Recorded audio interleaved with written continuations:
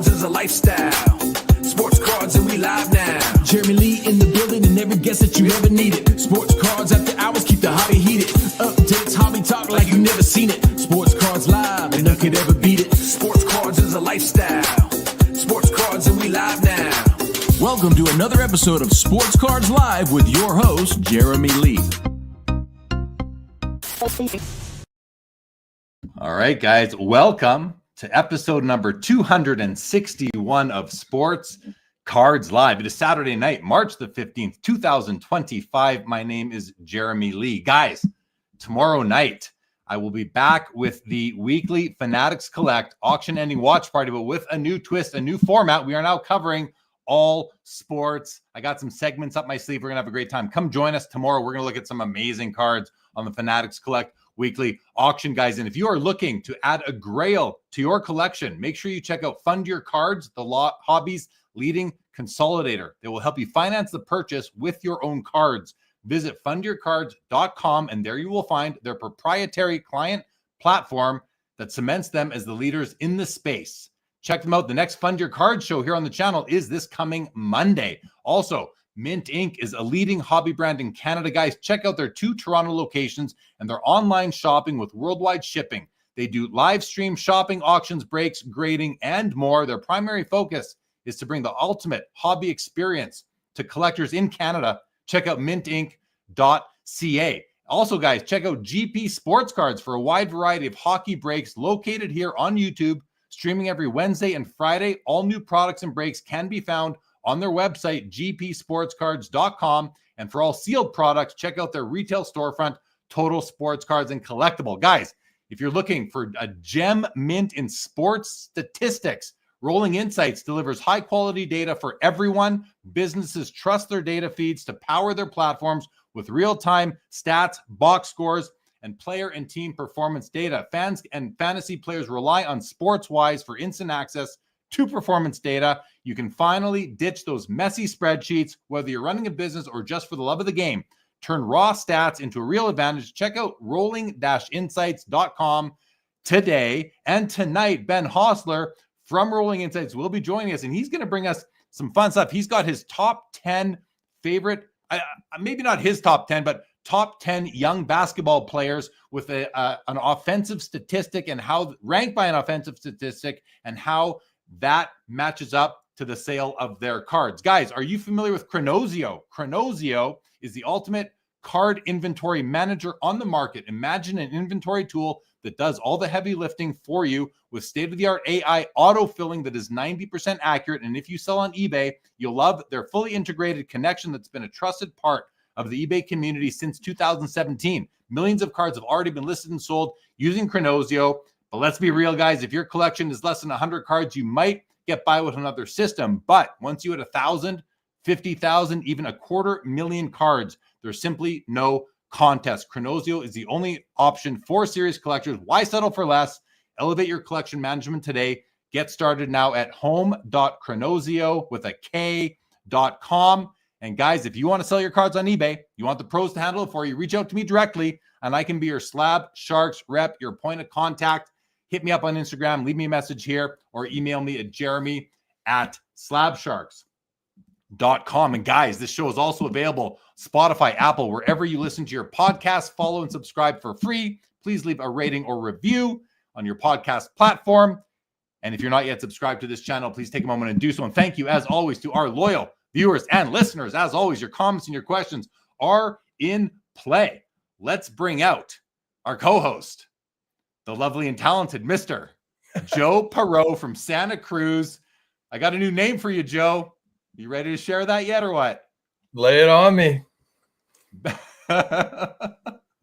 Guys, before I say this, I got to let you know that this is not a derogatory comment, but it's based on some cards that Joe likes. And we talked about it maybe last episode of the episode before. I know where this is going. Yeah. We were talking about, and these cards are more accessible to more people. We refer to them lovingly as beaters. And Joe has a few beaters in his collection. So Beater Joe, good to have you back on the show, buddy. How are you? Thanks, Jaylee. I'm doing great. Great to be here on a Saturday night. Hello to the Sports Cards Live fam in the chat. And I will embrace Beater Joe as the moniker in so much as I've secured some cards that I never would have got if, they didn't have some damage. And you've seen many of them. So anyway, let's do this. Your vintage baseball collection is it really is a great selection of cards and players, and some of them are beaters, some aren't. But anyway, just having some fun, guys. Andrew Deutsch, welcome to the show. Jacob Dahl, Laura, good to see you as always. Jason Pringle put a lovely drive home from work on a Saturday night SCL for the win. Pastor Craig's Vintage Cards, good evening. Linda's first is here. His name is Michael, Triple V. What's happening? Anony, all sports. Jeff McMahon, Robert Scott, Steve Clifton. Good evening to you. Mark Santucci is with us always. Sports Card Reverie. Welcome to the show. Melissa Gauger. What's going on? We got Dan's Vintage Baseball PC here with us, and Tony from Southern Collector. Guys, check out both those YouTube channels.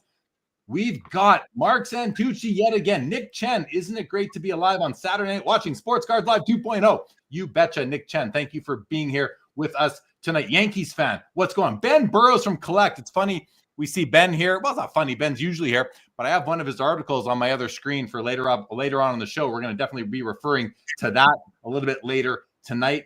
Ben, good to see you as always. Orlando from A Collector's Dream. Mookie Chilson is here, guys. Check out Orlando on A Collector's Dream. Check out his YouTube channel. Newly elected, I believe, to the YouTube Sports Card Hall of Fame as well. Pastor Craig, Orlando, and Mookie are here. Skeppy, what is going on? Good to see you. Dylan Rantucci is here. Mark Santucci is still here. We got the battery on Carlisle Road. Well, yeah, good luck, weather permitting out there. Terry Brown, what is going on? Pastor, and Curmudgeon is here as well.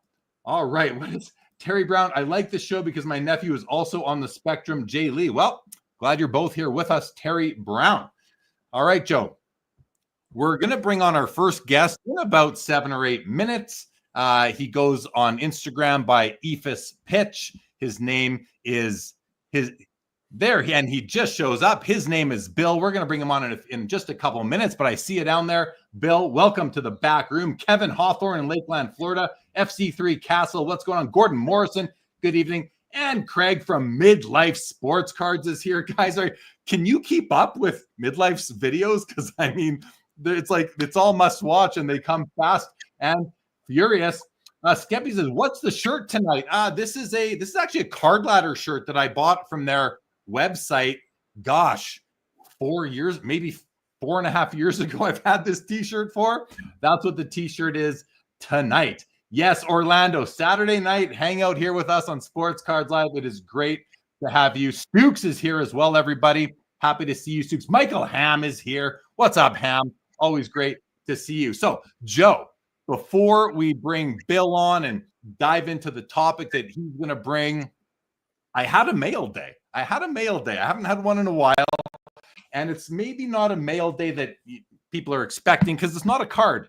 And, I like to say I don't collect really booklets. I don't collect like oversized stuff. I just collect cards. Right.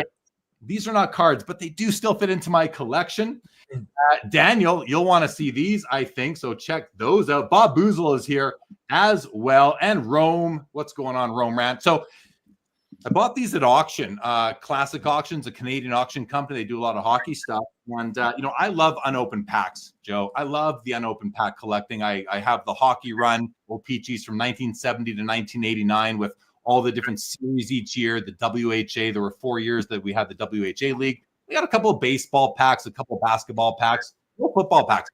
But in collecting O-Pee-Chee hockey pack, guys, O-Pee-Chee hockey started in 1968 after, a 30-year hiatus or so.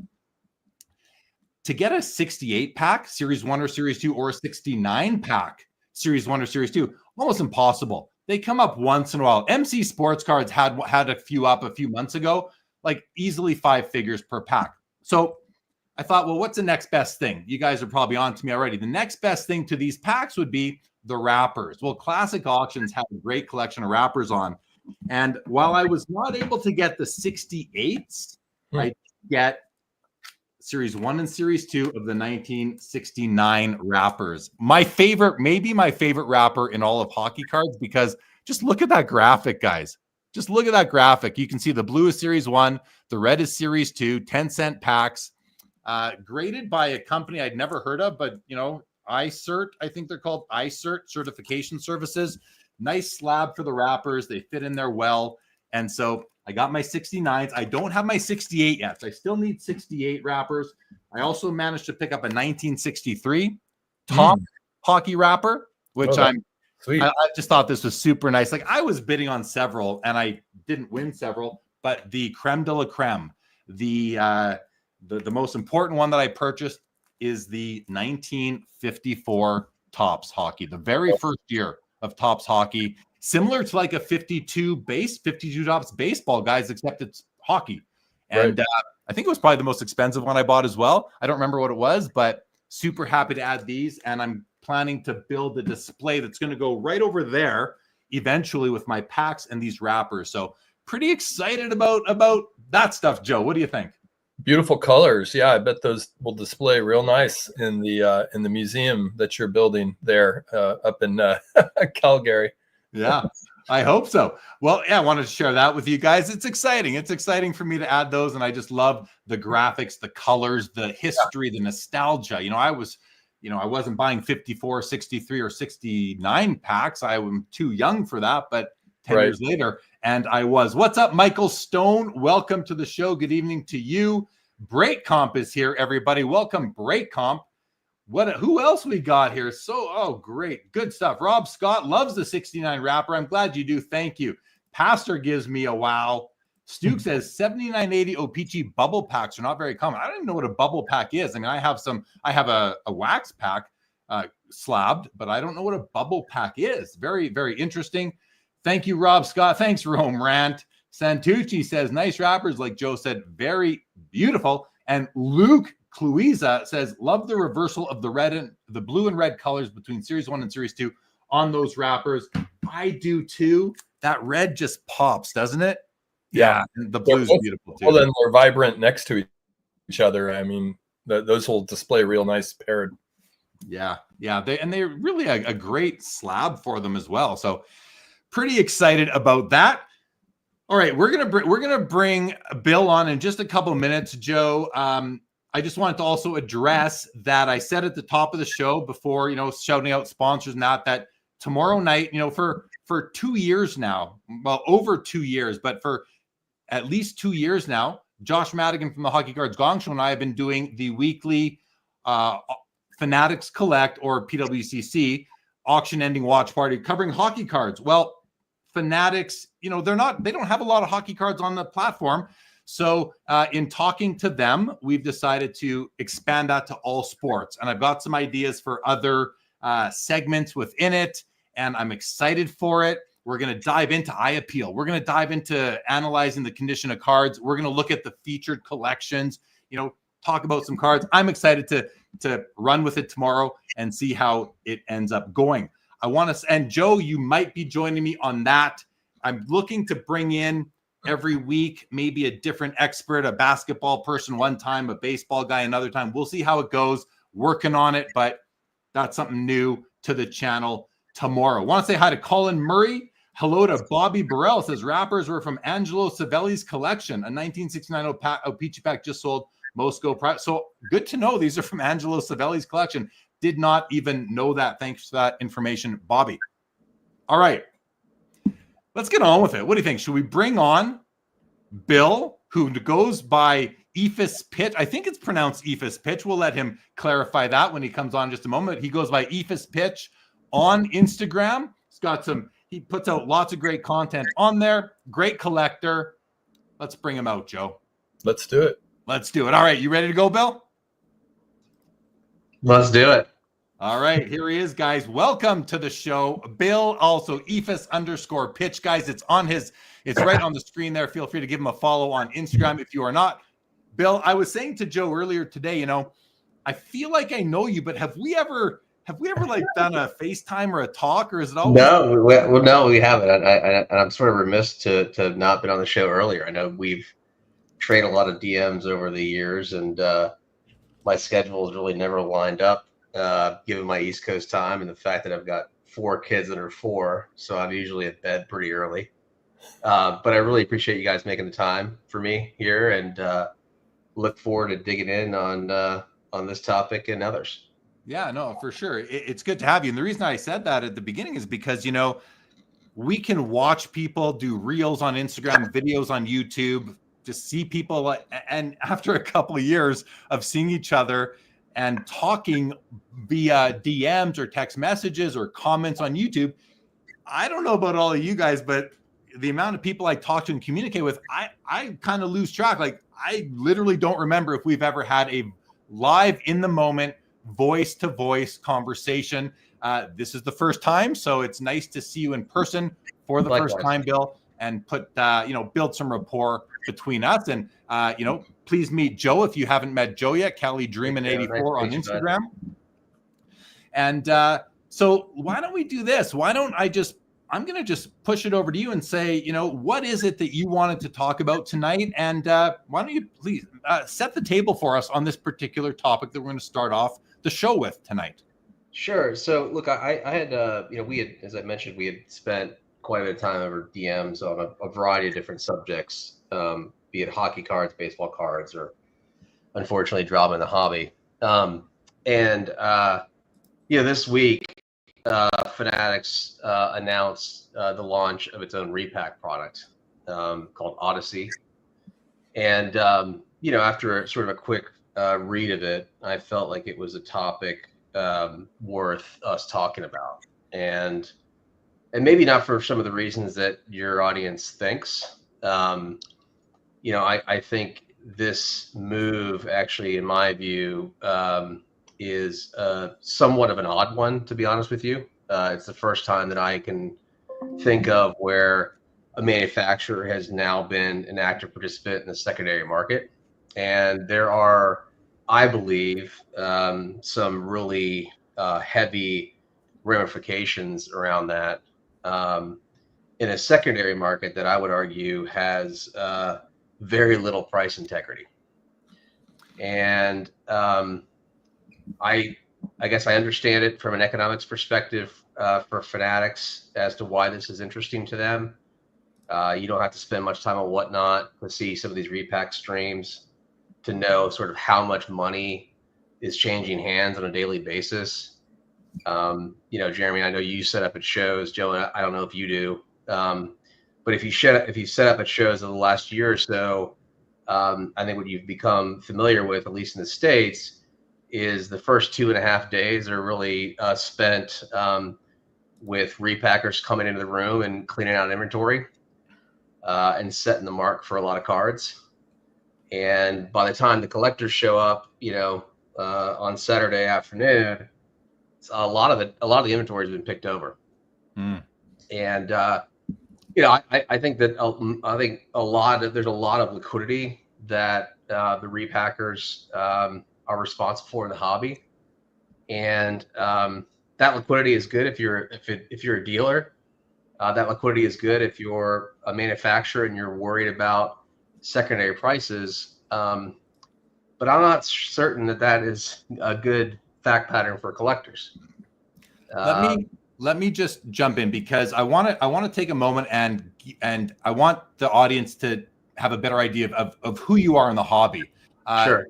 And also who you are professionally, because you may have certain insights into. Now, sure, you don't have to out yourself exactly, but what do you collect? What do you love about the hobby, Bill? And what is your background that makes you feel like you have an opinion on this that isn't just somebody looking to stir up drama if there may not be anything there. No, that's I appreciate that. So look, I'm like a lot of folks, I would imagine, that listen to your show and that are active participants in the hobby. Insofar as I collected fairly actively as a child, I was a kid of the late 70s. I started collecting in the mid to late 80s. I did that sort of all the way through middle school into the early high school years. And then, girls and baseball and school got me busy. And I took a 20+ year hiatus from the hobby, and I came back during COVID because I was sort of, bored and had nothing to do, and was rekindling some nostalgia tied back to my youth. In those intervening years, I had a 20-year career in investment banking, primarily covering financial services companies. And I spent a lot of time in those days advising companies on buying other companies, selling themselves, and going out and raising capital across the sort of capital market spectrum. And over the last 5 years, I've really just been buying companies on behalf of a large financial services conglomerate. And so, I feel like I'm pretty steeped in the way that markets work, the benefits of intrinsic value in the market. And I got to be honest, I came back to the hobby again right around COVID, and it was like it felt familiar, but it felt new, which is somewhat paradoxical. I think what I'm probably known for from a collecting perspective is more like modern baseball, exploring pathways within modern baseball that are sort of like off the radar screen for the investor types. It's more like cards that are extremely collector centric, that appeal primarily to collectors. And the reason for that is because you got to really know about the cards in order to appreciate their value. And as a result of that, and it's sort of an active hobby participant, I've spent a lot of time really focused in on really one primary topic, which really leads into this, which is what is the consumer to collector conversion ratio? And if we believe that collectors are the sort of bedrock or foundation of the hobby, they allow us to perpetuate the hobby, then what are the things that we're doing as a community, as manufacturers, as secondary sell sites to continue to enrich and perpetuate the collector experience? And what are things that are occurring that dilute, distract, or otherwise make that experience for people frustrating? I ran a poll, for an example, about 2 weeks ago. You may remember this, Jeremy, where I asked people over the last 12 months if they've thought about quitting the hobby. 1,000 people answered that poll, and 32% they had said they had contemplated it.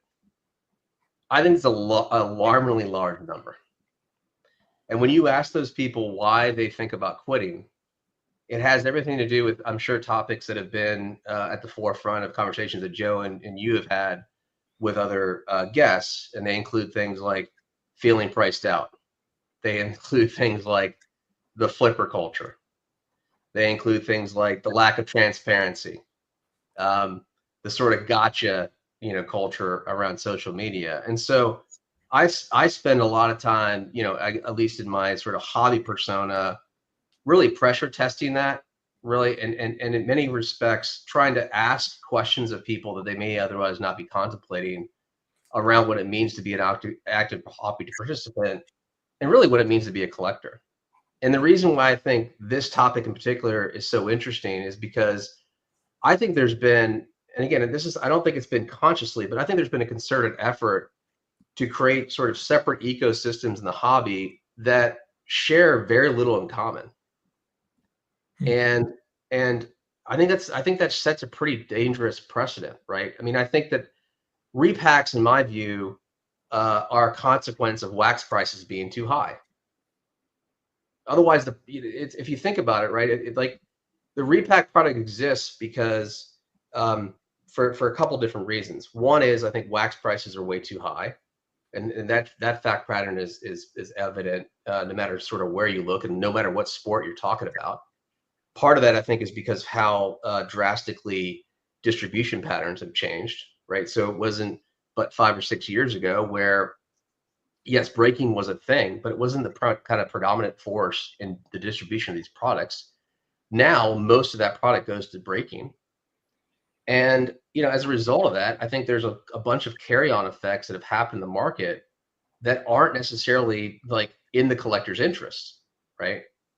I think the other thing to kind of think about in this same sort of spectrum is that the cards that are sort of in the repack market are cards that are otherwise not viable for collectors, right? I like to say, like, collectors set the floor for any card price, and the reason is because they want to hold it the longest, right? So they're pricing the card to say, what is this card worth to me if I just put it on my shelf and look at it for the next 5 years, right? They're not concerned as much about thinking about how they create arbitrage on that card in the next 6 months, right, or what have you. And so I think that repacking, the repack product in particular, is just a very sort of, like, in my view, it's a reflection that the hobby has a health problem, and that health problem is that there's still a lot of people that are in this for reasons that would be anathema to a collector, right? They want to hold things and play hot potato with things, and create, in some cases, artificial values for things, because we have a secondary market. And you may have seen this. I highlight this all the time. We have a secondary market that has, like, no pricing integrity. What do you mean? Somebody had asked what you mean by price integrity. Mid-Atlantic put this in right here. Can you explain price integrity? So if you track enough eBay auctions, I think what you find is shill building and non-paying is a real issue, right? It is rampant. And I would say, listen, it's definitely more of a focus in the modern. We have we definitely live in the intention economy. Like, it's definitely a focus of the modern market. But if you look at product that hits, hockey's a great example. Think about, like, Connor Bedard's, rookie prices after release, right? Yes, I believe that some of that is legitimately, like, hype driven.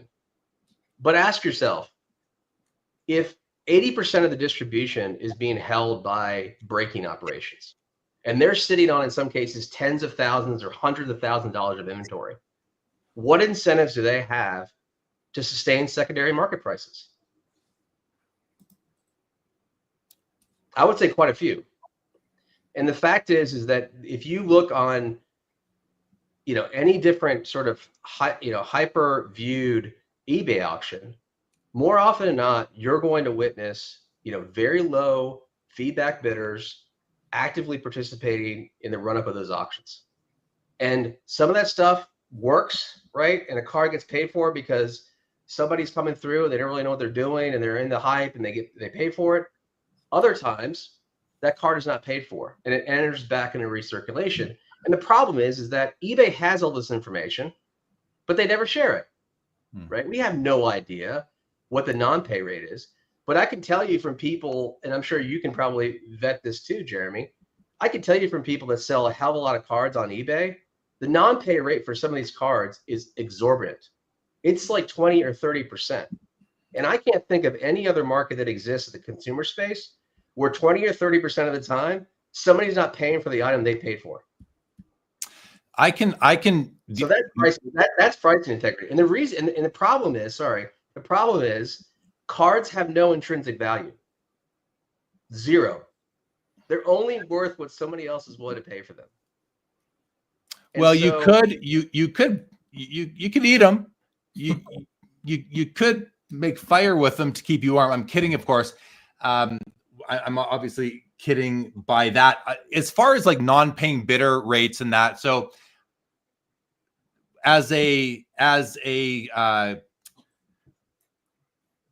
working with Slab Sharks out of Canada here as a consignment director, I do get to see I don't see the whole company, but I see my clients' cards. And like, we're hitting about 3 to 5% non-paying. Okay. Total value, not number of cards. It's like 1 or 2 a week out of anywhere from 15 to 400 cards. So, it's a small percentage overall. Dollar value is a different thing, and it's probably commensurate with the actual rate of completion, but it's also a very small sample. And, I like to think that my clients aren't shilling their own cards. I tell them, when they sign the form, I say, what you're signing is you're not going to bid on your own cards. And I look at them like, you're not going to do that, And but I don't know that everyone is as confident with their clients as maybe I am. I guess the issue, right, is if you have no intrinsic value, then, and a card is only worth what somebody else is willing to pay for it, and you have the parallel system that exists in the modern market, right? Which is, again, I'm using baseball parlance, but a red refractor is to 5, and a orange refractor is to 25, and a gold refractor is to 50, and so on and so forth. And again, people use sort of those multipliers to determine one value or another, right? Because this is there's not like perfect information all the time. It doesn't take much in the way of secondary market manipulation to alter an entire market of cards, right? So there was a pretty famous or infamous, I should say, interview that I think it was the Sports Card Nonsense guys did. And it was with this collector of First Bowman autographs, right? You guys probably know the drill. And I was somewhat shocked by it, but the person in about halfway through the interview admitted that he shilled a card of a red refractor, in this case of this player, because he was holding gold refractors of the same player. And so he knew that he could establish, right? He could establish a combo over here and then create liquidity for himself because he's got the downstreams effects of the cards that he's holding in a lower parallel. And so I guess like that, I guess what I'm saying is like, I think that a lot of the stuff that Fanatics talks about with this Repack product, I think in terms of like the transparency of the product, the fact that they've got the checklist available, the odds, all that stuff. Like, I think those are like really great advancements for this part of the ecosystem. But if the underlying price integrity of the market is on shaky ground, then they run the risk of being sort of an unwitted, central bank where people are sort of actively manipulating the secondary market to create a comp that then the largest manufacturer is buying their own cards from. Right. Like that's just not a good fact pattern. And it's just, again, I understand there's a lot of money in it, but I think there's some legal blowback that I'm not sure that they've like fully contemplated. Okay, let's pause for a moment and let's get Joe. But what I want to do here after we get any of Joe's thoughts is I'm going to share the article that I was referring to earlier, the Ben Burrows wrote. I'm going to share There's a couple of paragraphs on there that Ben wrote that I just want to make sure people understand. But first, Joe, on all this, any thoughts you've had that you want to share before we move along? No, I like what Bill's laying out, and I guess that what struck me was he mentioned disparate ecosystems being created, and I guess my question back to that is, are those disparate ecosystems, do they already exist? In so much as we've had a kind of gambling type and a collector type already, and this is magnifying it. Or do you see almost a new level of disparate ecosystems emerging?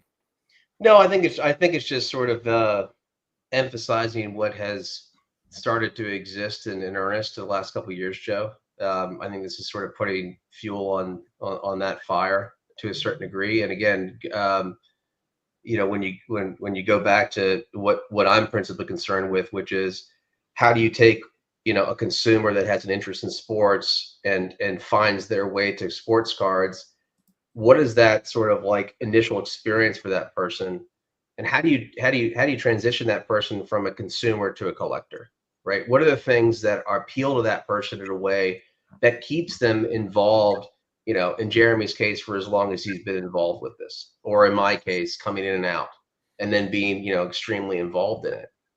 And I just like the way that this stuff is being constructed, this does not engender sort of an activity level and frankly like a return on investment that most people can even sustain, right? I mean, when Jeremy and I were growing up, if you were ripped a box of 91 Upper Deck hockey, right, maybe you've spent what, $30 or $40, Jeremy, and but that was it. I mean, like, these products now are $300 or $400 or $500. Like, I'm sorry, like, it's just absurd, right? And like, breaking has been one of the most expensive things that have happened to the hobby, right? Because what's happened is that the MSRP price has been fractionalized against teams, players, whatever you want to say, right? And so, like, all of that price is being pushed on the consumer, right?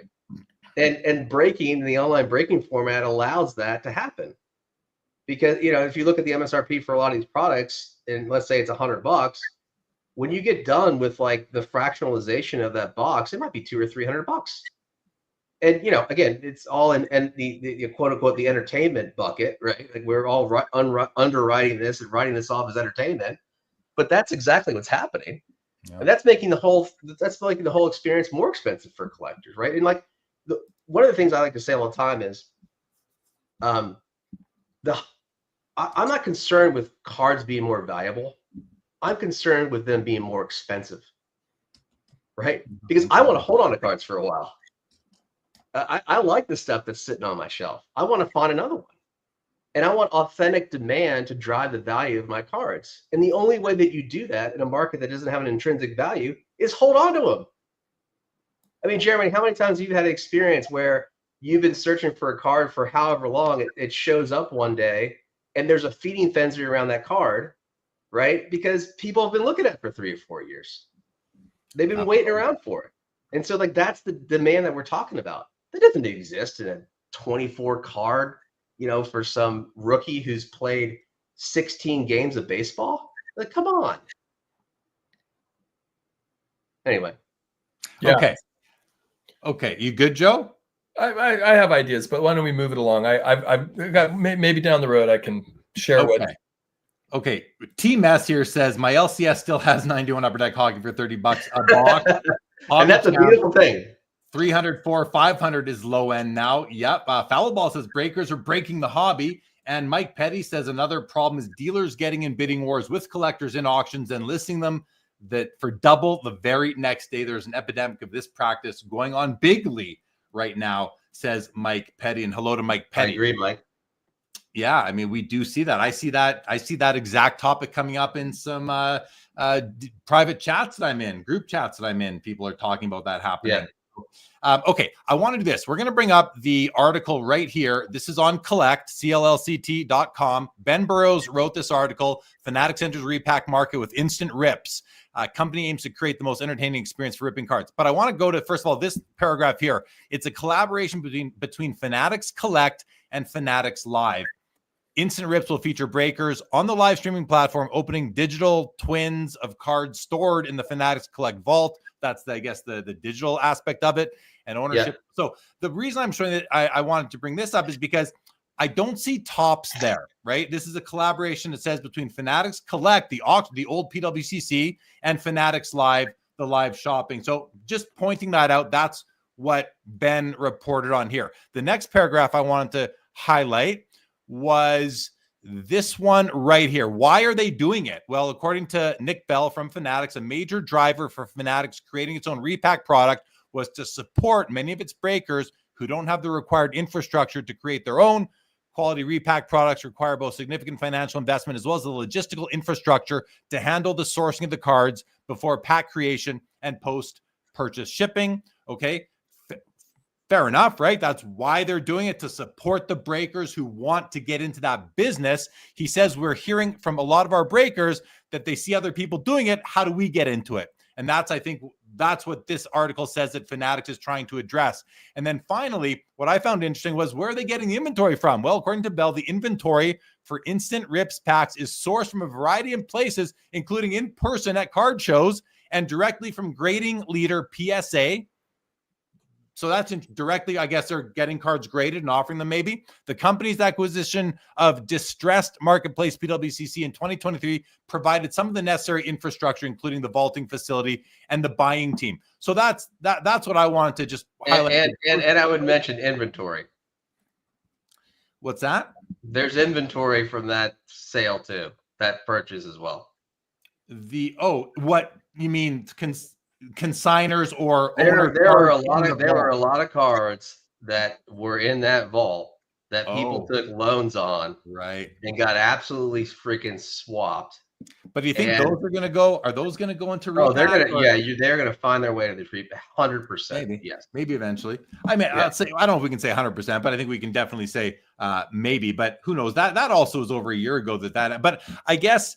Listen, the other thing that I've noticed is that this is it feels very similar to what Arena Club is doing. I get these Arena Club emails almost every day. They've got what I have never bought one. I don't buy repacks, but I have heard that Arena Club's repack system is among the best out there. And because of the transparency, the master checklist, I don't know what else. I guess the platform itself is apparently fun to purchase them on, I guess. So it seems to me like maybe Fanatics Live, Fanatics Collect, and Fanatics, the parent company, some key people kind of realize that, hey, look at what Arena Club's doing. They're selling out these things. Why don't we get into that game as well? And listen, they're going to make a ton of money. Like that's the thing. Like this is a great business idea. I mean, if I'm a shareholder of Fanatics, I'm thinking this is fantastic, right? This, again, to me, my critique is not necessarily that this is not a good business idea. I think it's a great business idea. I think they're going to make a shit ton of money on this. The question is, and again, it's notable that that article didn't reference collectors. The question is, are repacks good or bad for collectors? Do they make card prices higher or lower? What would you answer that? Well, I think it's another level of transaction. So it's going to add. There has to be profit in there for people. So I think it's going to make things more expensive. But I can tell you though, like for me as a collector, but then again, Bill, I'm not buying ultra modern cards very often that would be a part of that ecosystem. So I don't think it's impacting me. Later on in the show, we're going to talk about repacks and vintage and why we don't see those very often, although I've come to learn that there is one. But here Ben Burrows, who wrote the article, he's with us tonight, guys. He says, I did specifically ask if the PWCC inventory was included in instant rips packs, and Bell didn't confirm, but he didn't really deny it. Wasn't clear for me to report either way. So that's interesting right there, that just can't report on it either way. Didn't confirm nor deny. I'm sure that'll create some speculation there. Hello to you, Michael H. Welcome to the show. And by the way, guys, I've got a lot of comments marked to come back to in a little bit. So we'll get there. Ben says, for the record, I did ask him about the negative reputation many collectors have from many collectors, and Nick spoke to that and is quoted. The negative rep many collectors have. Maybe he means repackers have. I'm not sure what you meant by that, Ben. Sorry about that, but thank you for for jumping into the conversation here. Listen, Bill, I think you raise an important question. I think you're not the only one thinking it. Repacks have been the talk of the town for quite some time now, and I even considered doing one myself just for some fun and to get some cards out there, some inventory. I just decided to sell them and not dip my toes into that what could be a messy arena for somebody like myself. So Ben clarifies, for the record, I did also ask Bell about the negative reputation from collectors on repacks, and Nick did answer and was quoted. So there is a quote in the article that I referred to earlier about how they feel about the fact that this is a business that they're getting into that does have some shade on it, I guess you could say.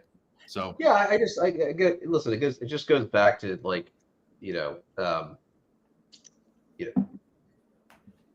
how much total liquidity is in the market at any given time, and how much of that liquidity ties its way back to the again, I know it's Fanatics Collect and Fanatics Live and not Tops, but that ties now back to the primary manufacturer of this product. And I don't care what market you're talking about, that is not a good fact pattern, right? The fact that liquidity is necessary means that they're worried about secondary prices in the same way they were worried about it when they bought PWCC. I mean, I think there's this idea that they did that deal because they wanted to principally be in the auction space. That was probably that to me was a secondary or tertiary concern for them. It was that if they allowed that program to collapse and all that inventory flooded the market, it was going to be a serious problem for secondary prices. You were going to have a absolute deluge of product in the market and not enough buyers. So, I mean, and listen, I've talked to, I mean, like, I talk to a lot of these people that are in positions of power at these places too, right? And like, again, to me, it's like, my concern about all this is that we are making the hobby more expensive for collectors. And if a third of them want to quit, that's a real problem, because the conversion rate is already low to begin with. So we make it even lower, then like, what are we left with? Well, the only thing and I maybe devil's advocate, but not really, just, what I'm thinking is, if a third of them have thought about leaving, but they haven't, they're still following on Instagram and saying, I thought about it. So you haven't left. They haven't, right? And fair enough. Listen, I think everybody, and also I think people think about that for various reasons, not just maybe not just because prices are going up, but it's like, markets should reach an equilibrium, right? They should get there. And if products were really too expensive, which we all agree they are, but if they were too expensive, the prices would have to come down, because they wouldn't be selling at the current prices. But they are selling. But then that's because of breakers and repackers. It's part of the ecosystem now. Do you think, Bill and Joe, to you too, like, is it just too late? Is it too late? Is this the hobby, and we are not going to see it ever go back to the way it was before breaking and repacking? Think about that for a second, Bill and Joe, because Leighton has shown up and it's his time to come on. So I want to bring Leighton on as well, but I'll ask you to respond to that. We'll bring Leighton on just so we have his face on the screen, and it's good to see him. Leighton, good to see you, buddy. How are you? Good. How are you guys doing tonight? Doing good. Hey. Bill, I don't know if you know Leighton, Bill, Leighton, you know Joe. Hey, Leighton. Hello. Good to see you, man. So Leighton, as you know, we're talking about repacking and breaking and Fanatics entering the repack game. And so, as I said, if prices were truly too high, products wouldn't be selling, but they are. And maybe that's because of the ecosystem the way it is right now, with breakers and repackers fueling each other. So as many collectors out there, Foul Ball will tell you he doesn't care what's going on. He's going to buy his singles and put them in his collection no matter what. So these things don't impact him. I don't really feel like they impact me either as a collector. But Bill, you collect modern baseball, certain modern baseball stuff, modern, ultra modern. So maybe it impacts you more, and many people for sure. So, but my question again is, are we ever going to go backwards? And if not, because I don't think we are, then what are your options as a veteran collector, Bill? And what do you think the future holds? Look, I think there's a few things, a few no nonsense things that we could advocate for that would make a huge difference, and largely make a lot of the stuff that I've talked about and really complained about a less of an issue. And a lot of those roads lead through, market transparency, right? Like I just like this idea that a site like eBay doesn't, the technology exists to be able to trace how things are happening, right? Like it's just like the standards that we put up with, and not just eBay, but a lot of these secondary platforms, it's just nuts, to be honest. And we should know when a card's not paid for an example. If the co-signers of these cards should actively monitor their auctions to see if there's shill bidding activity, right? On eBay, this is pretty hard to figure out. It's a complete black box on most auction platforms. But I think if we had better pricing integrity and people felt confident about the way that things were priced, then a lot of this stuff, then let the markets decide whether or not they want to spend money. Like, my issue is that I don't think the values themselves are substantiating these products. And I think that the lack of transparency that exists creates an avenue for people to take advantage of now the largest manufacturer of these products. And that's just not a good fact pattern, right? It just, it's a class action lawsuit in most markets. It just nobody would allow for it. Yeah. So like I think I wish it was a bug, not a feature of the hobby, but it is what it is. I don't think it's going away. There's too much money in it. I mean, people were saying that, when the whole backyard breaks thing happened, the first thing I thought, there is no way they're going to kick them off that platform. Are you kidding? They're selling $100,000 in repacks a night. There's no way they're going to kick them off. They're too financially incented to do that. Doesn't matter how big of a scumbag they think they are. They can't afford to have them off the platform. So I mean, I don't know. I think it's here to stay. For my own part, and I've got a lot of people that are in my DMs on the daily that abhor this kind of stuff. I'm just doing my best to make sure that I inspire, inform, and deliver content to the people that follow me that say there is a better way to do this. I mean, to be honest with you, Jeremy, I've been spending a lot more of my time and attention and money on cards that weren't produced over the last couple of years because I just think there's better value elsewhere. But Really? That's just me. No, that's not just you. Trust me. That's not just Jason Pringle here says, I won't leave the hobby because of how expensive things get. I just changed my collecting habits to fit my budget. I think a lot of people are doing that, but I hear you still, Bill. Leighton, you've been listening now for a bit on this topic. Preliminary thoughts from you as you join the discussion. Well, I mean, a lot to unpack. Without anything specific, Jeremy, I would say I'd point to your question about, do you think we'll ever go back? And I'm just thinking about as a kid when 89 Upper Deck came out, and I'm like, OMG, I can get a Jerome Walton rookie at an 89 Upper Deck high number. And of course, I should have been going after the Griffies. So I don't think we're ever going to go back as far as, autographs and numbered cards. It'll probably continue to get crazier. What I hope for the sake of the health of the hobby is that folks who want to buy cards upon issue feel like they can be part of it. That's the best way that I could say it. And if that means a different set or a different drop, whatever the case may be, listen, I certainly understand, right? If you're someone who has, a child or children that you're trying to, do the hobby with, I suspect it's pretty expensive. And, I would imagine you'd want them to stay around for the life of those people's childhood. And the more expensive you make it, I suspect that it'll be more difficult.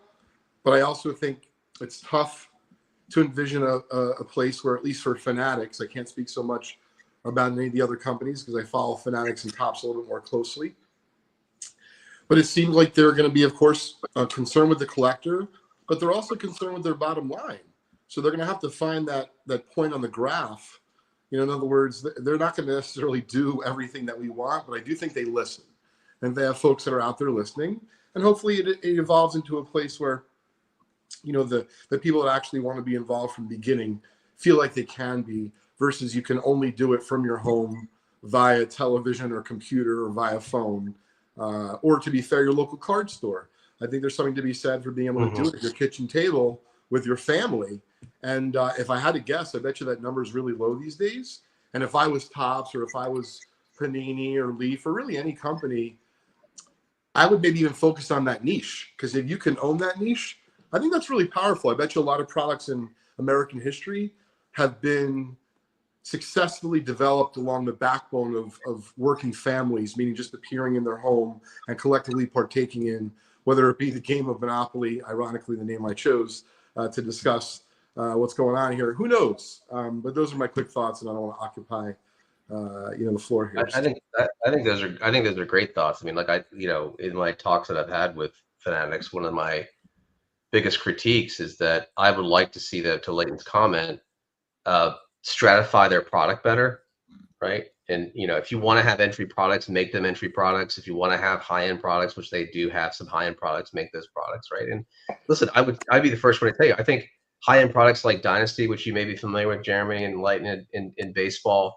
it'll, I'm sure, make its way to football and basketball as a very high-end product, right? And it lends itself to breaking, which I think is fine.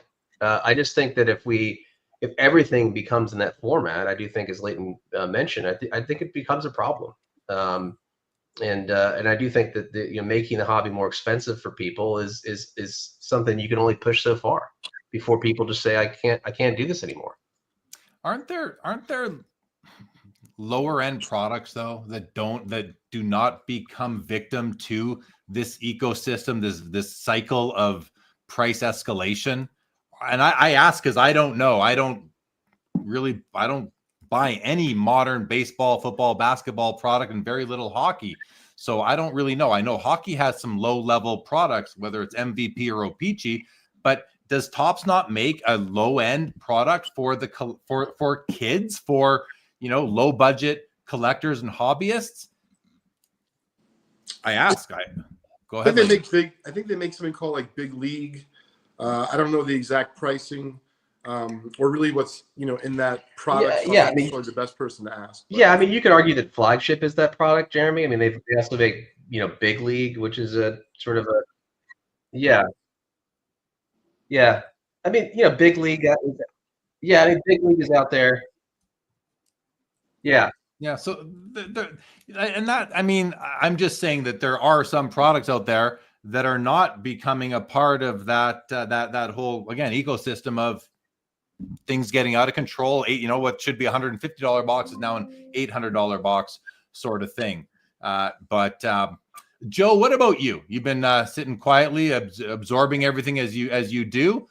Can you sort of give us your nice wrapped up thoughts on this? Maybe. Yeah. We'll see.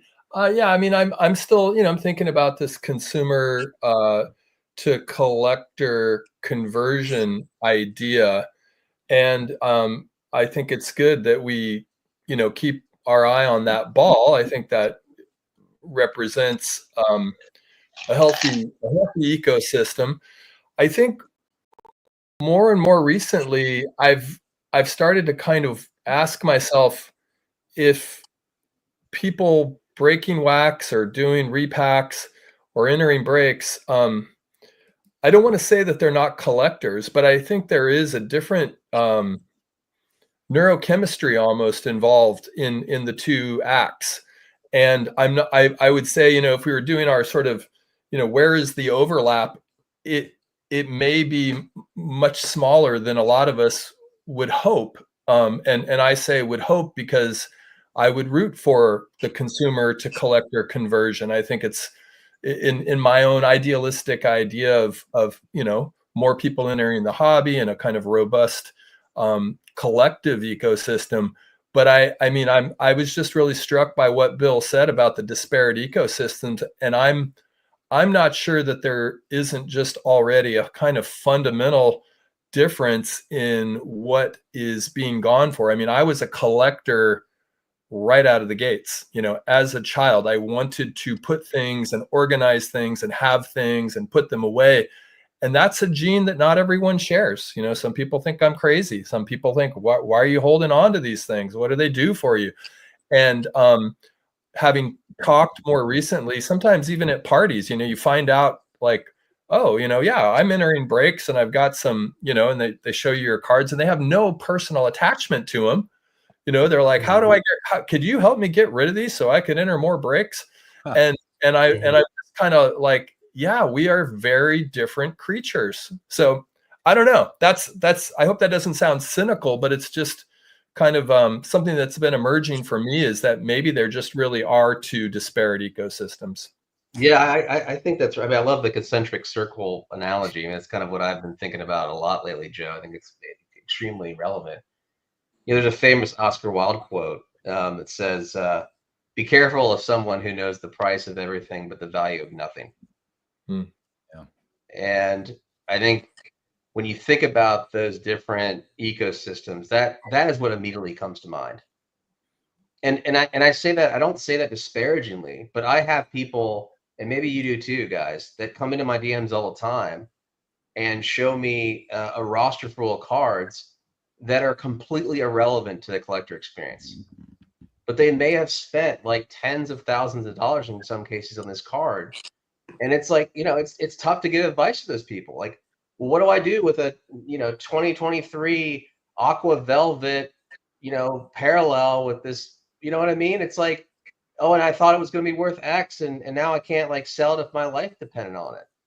And so I just like, it's like if you have enough of those experiences, being somebody that's frankly wired a lot like Joe, it's depressing, it's discouraging to a certain degree, and you got to wonder, like, is part of the reason they're acting this way because their first, second, and sixth instance with exposure to the hobby is surrounded around this stuff, right? I mean, like, it would be interesting to do it. Like, if you looked on Topps website or the Topps Instagram, what's the multiplier between when they mention price and when they don't around profiling a card or whatever? You know what I mean? As far as I'm concerned, it's like 15 or 20 to 1. Look at this card, how much it's worth. Yeah. Well, okay, what's the value of the card? Why is it relevant? Right? Why should I care? And so until we get that like back into some sort of semblance of equilibrium, this is what we're going to deal with. And again, do I think that's good for if I'm a shareholder of Fanatics? Sure, yeah, they're selling product to the roof. I mean, Topps is a printing press. A collector's job is to curate the stuff that they're producing and create something that makes sense to themselves. But that's not what's happening right now. It's just not, guys. It is. I think it is happening, but we're seeing a lot more of it. We're seeing so much of when it doesn't happen, but it does happen.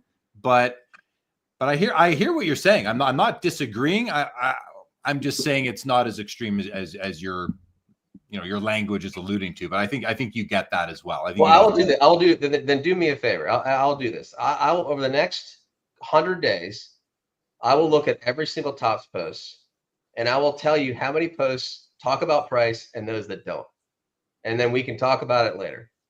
But I bet you it is an exorbitant disparity between those two things.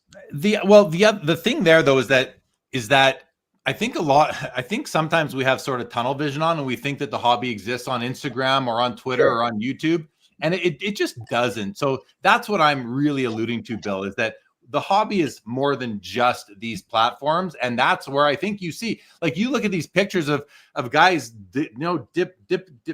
digging through dollar bins, digging through binders to fill out their 85 Topps football set, their 63 baseball set. People are still doing that, but that is maybe I was going to say it's a dying breed. I don't know if it is or isn't, but I think the majority a lot of white hair in that. There's a lot of white hair in that crowd. The majority of those people are getting older right now, I would have to think. So, yeah. Anyway, let's go to Leighton for a moment. Let's go back to Leighton and get his updated thoughts on things here. And Leighton, I did say to you, are you going to bring a topic? This one is really gripping us. Where I even told Bill I have another topic I want to talk about with you. I don't think we're going to get to it, so we'll have to do that next time. But Leighton, and I got so many comments to get through. I got 31 marked comments to address, and we're just not going to get to them all. I do want to ask you, Leighton, I'm curious, did you bring another sort of topic or something to talk about? And I just want, even if we don't talk about it, I'm curious what it might have been. Oh, I mean, I did, but, certainly happy to run with this one. Okay, well, we can keep going on this. Why don't we do this then for a moment, Bill? We'll give you a rest. I'm gonna go to a few comments that have come in over time. I want to keep everybody involved. And so here, Bob Boozle said, I would prefer Fanatics Topps stay out of the secondary market. Hello to you, Mike Double V. Southern Collector Tony says, a fantastic take on the repacked cards being offered by Fanatics. Sorry, that's a little bit late now, so I don't know what take he was referring to. Michael Ham said they are creating a circle of value. Create it, sell it, buy it back, and resell it. The same card could be repacked easier as well, with it staying in the Fanatics vault. Collector's Dream Orlando says, I've seen the repackers. Many card dealers at card shows cater to them. I see that as well, Orlando. Hello to the professor. Good evening. Michael Ham here said, people will resell these hits more than keep them, so they end up back in repacks. Sell them right back to the repack buyers, right? Hobby Champ said, Fanatics is really gambling on the gambling aspects of the hobby. It doesn't affect me because I don't buy into breaks, I don't buy into breaks, bust a lot of unopened, or buy into repacks. Everyone who is taking all the risk. I think that's true. Foul Ball says, who's buying repacks in the first place? Skeppy says, how do you differentiate a consumer to a collector, and why is that conversion ratio important to you? So that's an interesting question from Skeppy here, I think. How do you differentiate a consumer to a collector, and why is the conversion ratio important? And I think what he's asking is, I think we know what he's asking, because there are always going to be new people finding this hobby. And I think what you're saying, Bill, is, look, you can buy a box of cards at the LCS or at Walmart, or enter a break as you saw it on Fanatics Apparel's website. But how do we bring you from being someone who's really taken the gamble to someone who wants to own these things and hold them and not just flip them and hit that lottery ticket? It goes back to what Joe was saying earlier, which I think is absolutely spot on. I mean, collectors create collectors, right? I mean, that's what matters, right? When I, again, going back to my day job, right? I buy companies for a living, and one of the most important questions that we have to ask ourselves when we're going to partner with someone is how we perpetuate the business. So maybe you have an aging CEO. How do we? Are there people underneath that person that can help bring that business forward on a collective vision to go out and accomplish whatever we want to accomplish? And there's a lot of corollaries between that and the role that the collector plays in perpetuating the hobby. And I'm sure that, the three of us, I'm sure, learned part of what made us collectors from other collectors. So, like, my dad was a collector, right? He taught me as a kid the benefits of doing it, right? He had all of his old mantles and stuff like that. And yeah, we ripped wax and all that stuff when we were a kid because it was, fairly easy to do. But it was really about, like, how do you collect a set? How do you curate singles? What does eye appeal matter in a vintage card, et cetera, right? And so, like, those are things that, like, made me a better collector, right? They made me somebody who really enjoyed it. And I just, like, to me, if we're not concerned about what that conversion ratio is, then we're going to lose sight of what it means to really perpetuate this hobby itself. And listen, maybe to Joe's point, it's going to transform so much that it's going to be completely unrecognizable to us. And so it is what it is. And it becomes more of a casino than anything that resembles the hobby that we grew up with. And that happens all the time with a lot of other things, right? Time moves on and the consumer patterns change. But, look, that, I guess, to me, you can know a collector because it goes back to a collector can describe the value of a card without mentioning its price. Okay? That's what they can do. And they can take a card, there's a story and narrative they can tell around that card that makes it valuable to the other person because they enjoy the story and it resonates with them in some way. So I'll give you an example. The reason I'm wearing our Orioles hat today is because one of your guests, Chris Sewall, I just bought a card from him this week. I've gone down this rabbit hole with patch cards. Okay. And I bought a card from him 2 days ago. It was from, I think, 2008 SPX Upper Deck. It's a Gehrig Cal Ripken Jr. patch card. Okay. Think of the story that I can tell around that card. I was at the game. I grew up in the Washington, D.C. area. I was in Baltimore for 2030 and 2031.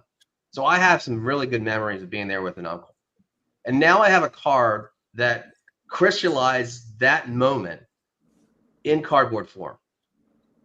And I can now tell a story of one of the greatest records that will never be broken across all sports. Yeah. Right. Cool. So I don't, it's like that has value, right? That card, I don't need it's in a PSA 7 slot. I'm going to craft out of it. I don't need it in a freaking slab. What the hell do I need in a slab? There's a story to tell around it, right? You put it in a one touch and you tell the story. I mean, hopefully to my kids, if not for my kids, to some collector down the road that, who knows? Yeah. But like that's sort of the point, right? I love that card, and congratulations on it. I think that's a really cool. And I like the direction you're going with your collection and into patch cards, because I think they're pretty cool too. They do sort of connect you more to the game than just a flat piece of cardboard. I do love flat pieces of cardboard as well, for sure. Okay. We have a show to run here, and Chris Sewall is in the studio now, everybody. we're going to bring him on. So he came on just when you were talking. He came in just when you were mentioning that, Bill. Now, gosh, we just don't have enough time. Literally, Joe. There's I don't want to derail this anymore. It's really been fun. Yeah, I appreciate having you on, and we can debrief this later too, Bill. But there's so many comments that I want to get to, and if we don't get them here today, we'll figure something out. But if you could stick around and watch at least, so we can talk about, or watch later even, so we could talk, that'd be great.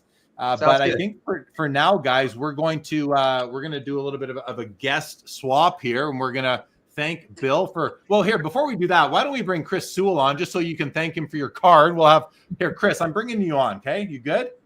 All right, guys. Welcome. Oh, look how small we are now. Welcome, Chris, to the show, everybody. How are you, buddy? I'm good, man. How's everybody? We're good. Hey, Chris. We're good. Okay, Bill, so there's that's awesome that you bought that card, man. That's one of my favorite cards. I've had it for a long time. Have you? Yeah. How long was it on eBay before I bought it? A long time. I had it priced pretty high. I didn't, it was one of those. I'm not eager to sell it, so it was, it's one of my favorite cards ever. But it's time for me to move on from it. Well, I will enjoy it for a long time. I can assure you that. Yeah, So you were at that game? Yeah.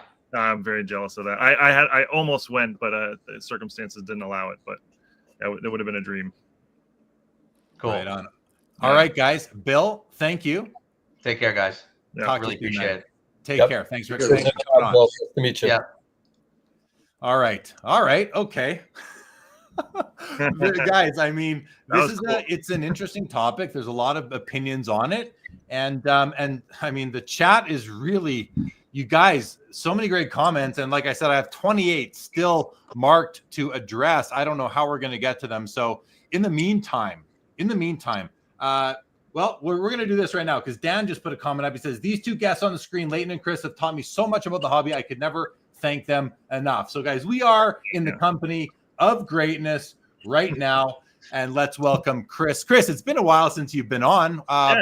Yeah. Welcome back, buddy. Welcome back. Good to be back, man. Yeah. So, why don't you introduce the topic that you were going to bring, which might be related to what we were talking about, and just sort of set the table with what you were thinking, and or address what you've heard so far. So I sort of jumped in mid-conversation, so I missed a lot of the context around it, but it was very interesting. I have a couple of topics. One of them is based on repacks because I know very, very little about repacks, and I kind of was curious about like the mindset of the buyer of a repack, because so there's a dealer who sets up next to me at Chantilly and they sell vintage repacks, and he was explaining it to me that like, a repack might be $50, and I was like, okay, well, how much, how often, what's the value of a card a person's likely to pull? And they're like, on average, it's about $50. And so I was like, oh, okay, so why are you doing repacks when you can just sell the cards for the same? And he's like, well, they won't sell if I put them out on my table, but they will sell in a repack. So like if you had say, an Eddie Murray rookie PSA 7, let's say, it's worth about $50, or I don't know, a card like that. If you put it out on the table at $50, nobody would buy it. But if you and nobody would want to buy it. But if somebody came up, bought a repack for $50 and pulled that, they'd be like, "Oh, cool, that's a $50 card I got," and they would be happy about it. So why is the mentality around going to buy the card you want, but you wouldn't be happy with that, but going to buy a repack and getting a random card? What's the mentality around the buyer that makes them happy with that experience versus buying the card that they actually want? It just doesn't make sense to me. This is the lever on the slot machine.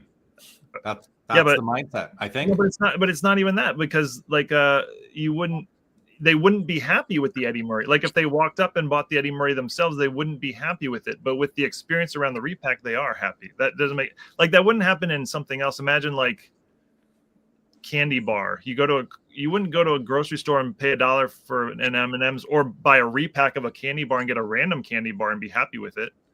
You'd want the one you want. I don't understand. So can anyone explain?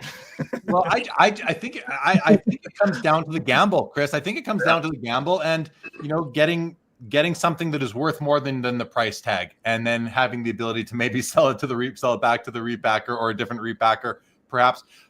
It's a great question. I don't buy repacks. I don't like to gamble that much, so I like playing poker, but I don't like. I'll play blackjack if I'm at a bachelor party, but I'm not really going to gamble too much in my life. So I don't know that I can answer it.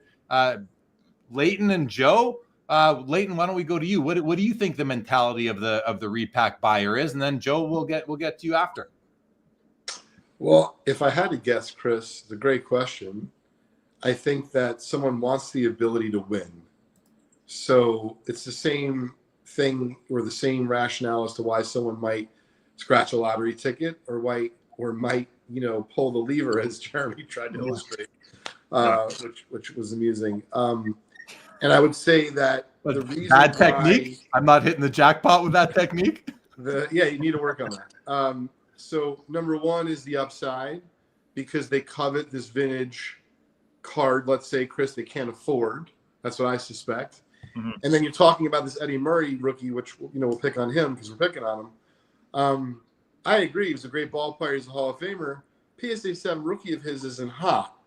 So for a dealer, it might be a way to do more volume of selling $50 cards that aren't hot, but that are worth $50, but still giving a chance to someone to hit, for argument's sake, a Hank Aaron second year, right? And at the same time, versus spinning the wheel or throwing the dice or whatever the case is, when you often leave with nothing other than maybe a few dollars off at the noodle bar, which I remember when I was young, it was very important to me to get that comped. And in this case, Chris, you actually still get the Eddie Murray rookie. So in other words, you didn't win, you didn't get the Hank Aaron second year, but you did get an Eddie Murray rookie, which, let's be honest, is worth a lot more than $5 off the noodle bar. Mm-hmm. So hopefully that short explanation clarified at least my hot take on it, Chris. But that's all I got. Yeah, no, I see it from the seller's standpoint. It makes a ton of sense. It's hard for me to. Is there any other industry where this happens that isn't Vegas? I mean, well, listen, whatever it's worth, we go to the store, meaning my son and I, and we can buy. He likes these like miniature toys, so whatever the brand is, right? I'm just looking around the kitchen.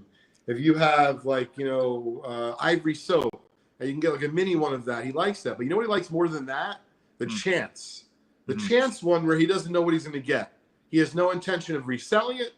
But let me tell you, they are trying to get him to think about gambling even at the ripe age of 10. Yeah. But guys, I remember being in the 80s, opening up a pack of cards, trying to get a certain like 82 O-Peachy hockey, trying to get that Dale Hawerchuk rookie card, go take my $2 a week allowance, buy 8 packs, and not get it and be super disappointed and have to wait a whole week to go try again. And I was doing that with hockey sticker books in the 80s as well. Yeah. So even we're talking about like blind items, whether it's a blind box, a blind pack, a blind repack. The hobby has had these blind packs forever. Even a pack of Imperial Tobacco cigarettes, you didn't know what you were getting. A box of Cracker Jacks, you didn't know what card was coming in it. A chocolate bar, this or that. It's kind of all related and maybe evolved therefrom. But Chris, you were gonna jump in there. I want to let you do that, and then let's get Joe's thoughts because I know he's got a few things brewing there.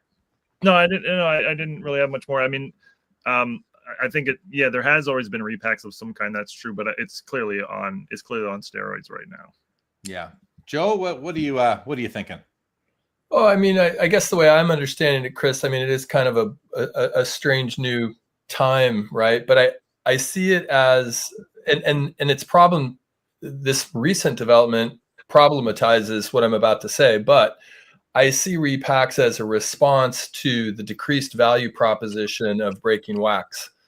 I see, the people putting repacks together as I can create a product that will give more ROI than Panini's giving in, Prism or whatever the product might be. Now that it might be sort of being taken in by some degree of producers, Fanatics in this case, that's an interesting thing. It's almost like they're grabbing that power back or saying, okay, well, we're going to have autonomy over this. I don't know. Like I think about your Eddie Murray example, which I actually did pull that card out of a pack as a kid. I had quite a few thousands of 1978 tops. But one thing that I still like I don't break wax very often, but recently I got some Prism football value packs, and I was hoping to pull Jaden Daniels, but I didn't. But I did get a Michael Penix Jr. and I got a Drake May, and so now I care about those players, and so that randomness for me, it's not so much always like, did I hit a card that I can sell for more than the pack cost or something like that? It's also, it throws me into interest in athletes that are currently performing that all of a sudden I have a little more interest in now and I can maybe root for. So I find that exciting. And maybe people could find an Eddie Murray rookie card exciting if they were, understanding the season. Yeah.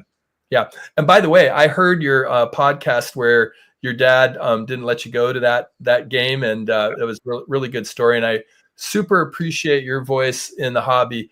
And I just want to say, I'm pretty sure it was your eBay auctions, maybe like 13 to 15 years ago, where I have some of my very best vintage cards. So I wanted to thank you for that. You always had the most amazing collections of standard caramels and T206s and Gaudis. And I'm pretty sure one of my Gaudi Ruths came from one of your auctions. So thank you. 14 years later, or however long it was. I appreciate that. Thank you for saying that, man. That's cool to hear.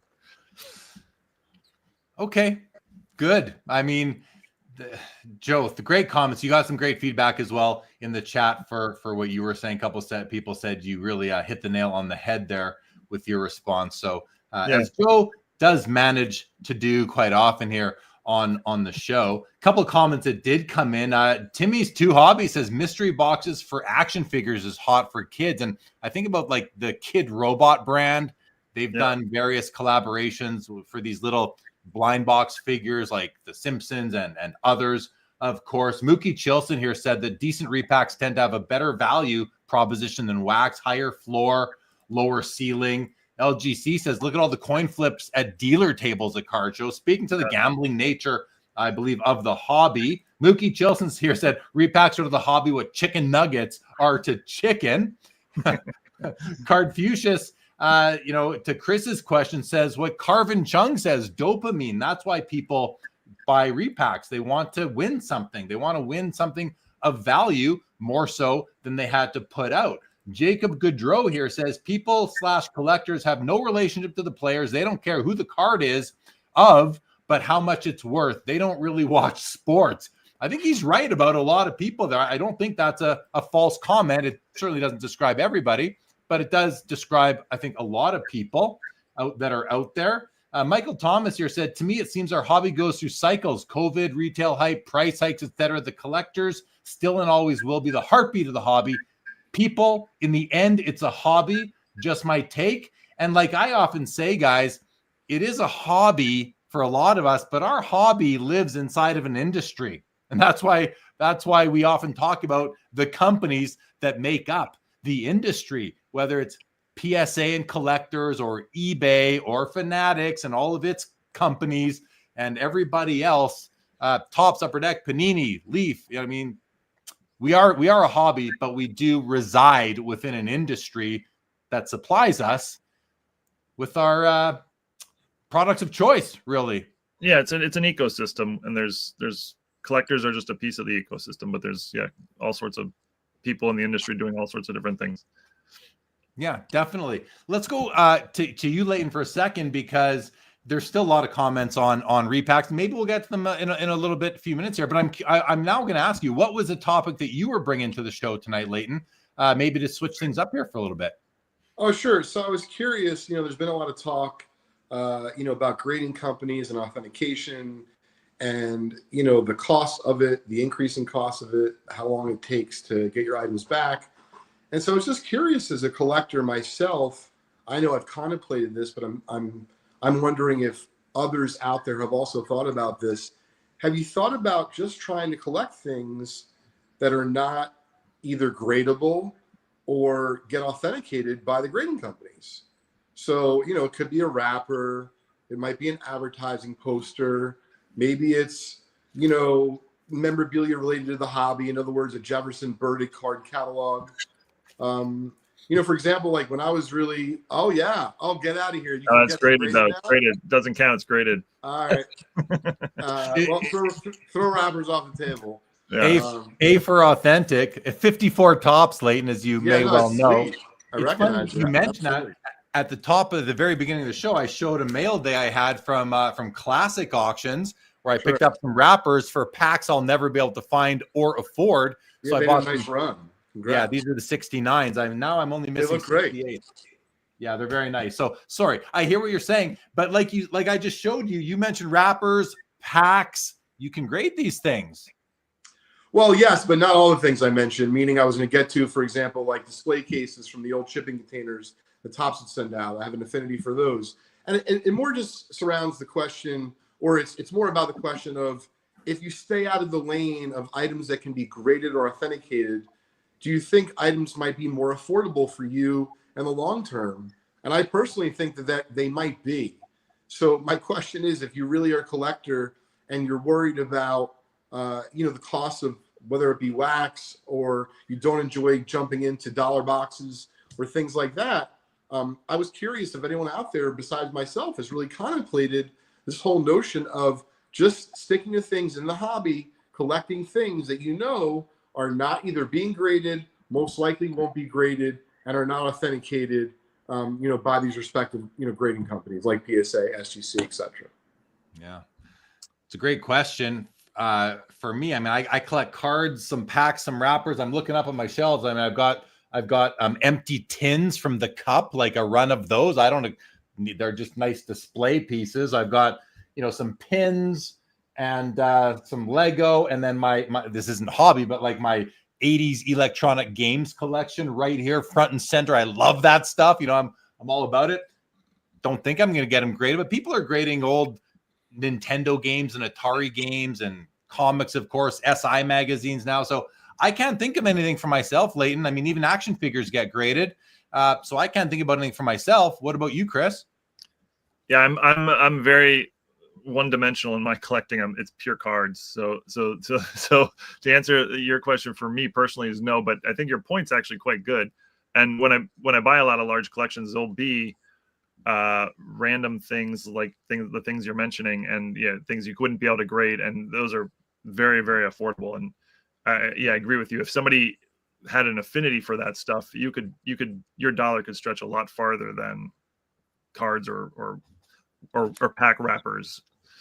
Mookie here throws out, I love vintage programs and scorecards, inexpensive and not really gradable. Yeah. To which Foul Ball, though, says everything is graded nowadays. And it feels like he's right. It feels like just about every CDs, cassettes, 8-tracks, I'm sure, vinyl being great. I think it's AMG or something like that. There's that new grading company for music recordings. What isn't gradable? Leighton, what are you thinking? Anything specific comes to mind? Yeah, specifically, I love these display cases that Tops ship, the cards in, whether it be vending or wax. 50s are almost impossible. I have a bunch from the 60s, definitely a bunch from the 70s. But I'm also really into hobby ephemera and memorabilia. So not just Jefferson Burdick's, let's say, card catalogs, but for example, I love 86 Fleer. So getting a piece of the advertising packet that they sent out to, let's say, the dealers to buy stuff, or even going back decades, because I know I bought some stuff off of Larry Fritsch, back in the day. So to me, all that stuff is not going to be slabbable or gradable. No one's going to authenticate it.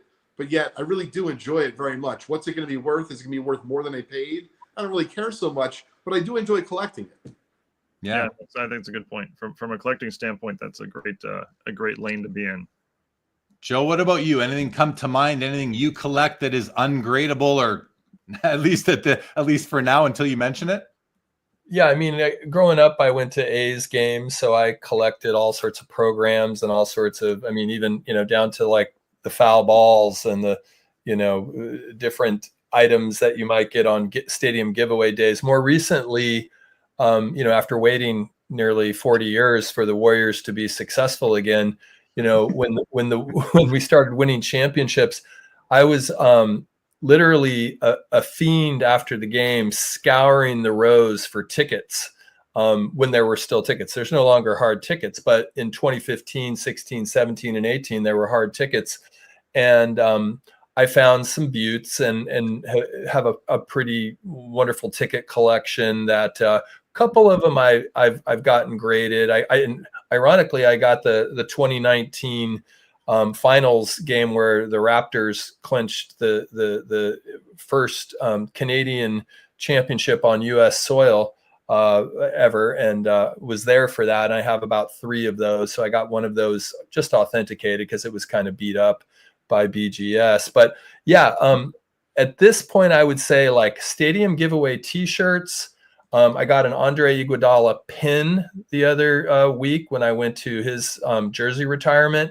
And there's a whole plethora. I mean, everything from like fake championship rings to, other types of, little knickknacks that they give you either on your seat or when you walk in the venue. So not really anything of significant. Bobbleheads, which I have way too many bobbleheads. I don't know what to do with my bobbleheads, but anyway, that kind of stuff. Do they grade bobbleheads yet? I don't know. Michael Stone says, I love bobbleheads. Not sure you can grade those yet. LGC says vintage wallet schedules. Michael H talks about tackle boxes. Yeah. Dan's Vintage says a Denby cigar box to hold Denby cards. Michael H says fishing lures for sure. Ziggy No in the chat. What's up, Ziggy No? A couple more here. Ziggy No says ex-girlfriend's very collectible and wish they had previously been graded. Mid-Atlantic says grading has taken over the world. We had a vinyl grader set up at our sports card show in February, the slab vinyl. Only problem, you can't play it anymore, which kind of reminds me of grading your comic books. You can't read them anymore. Your SI magazines, you can't read them anymore. I think people who have those maybe try to get a readable copy as well.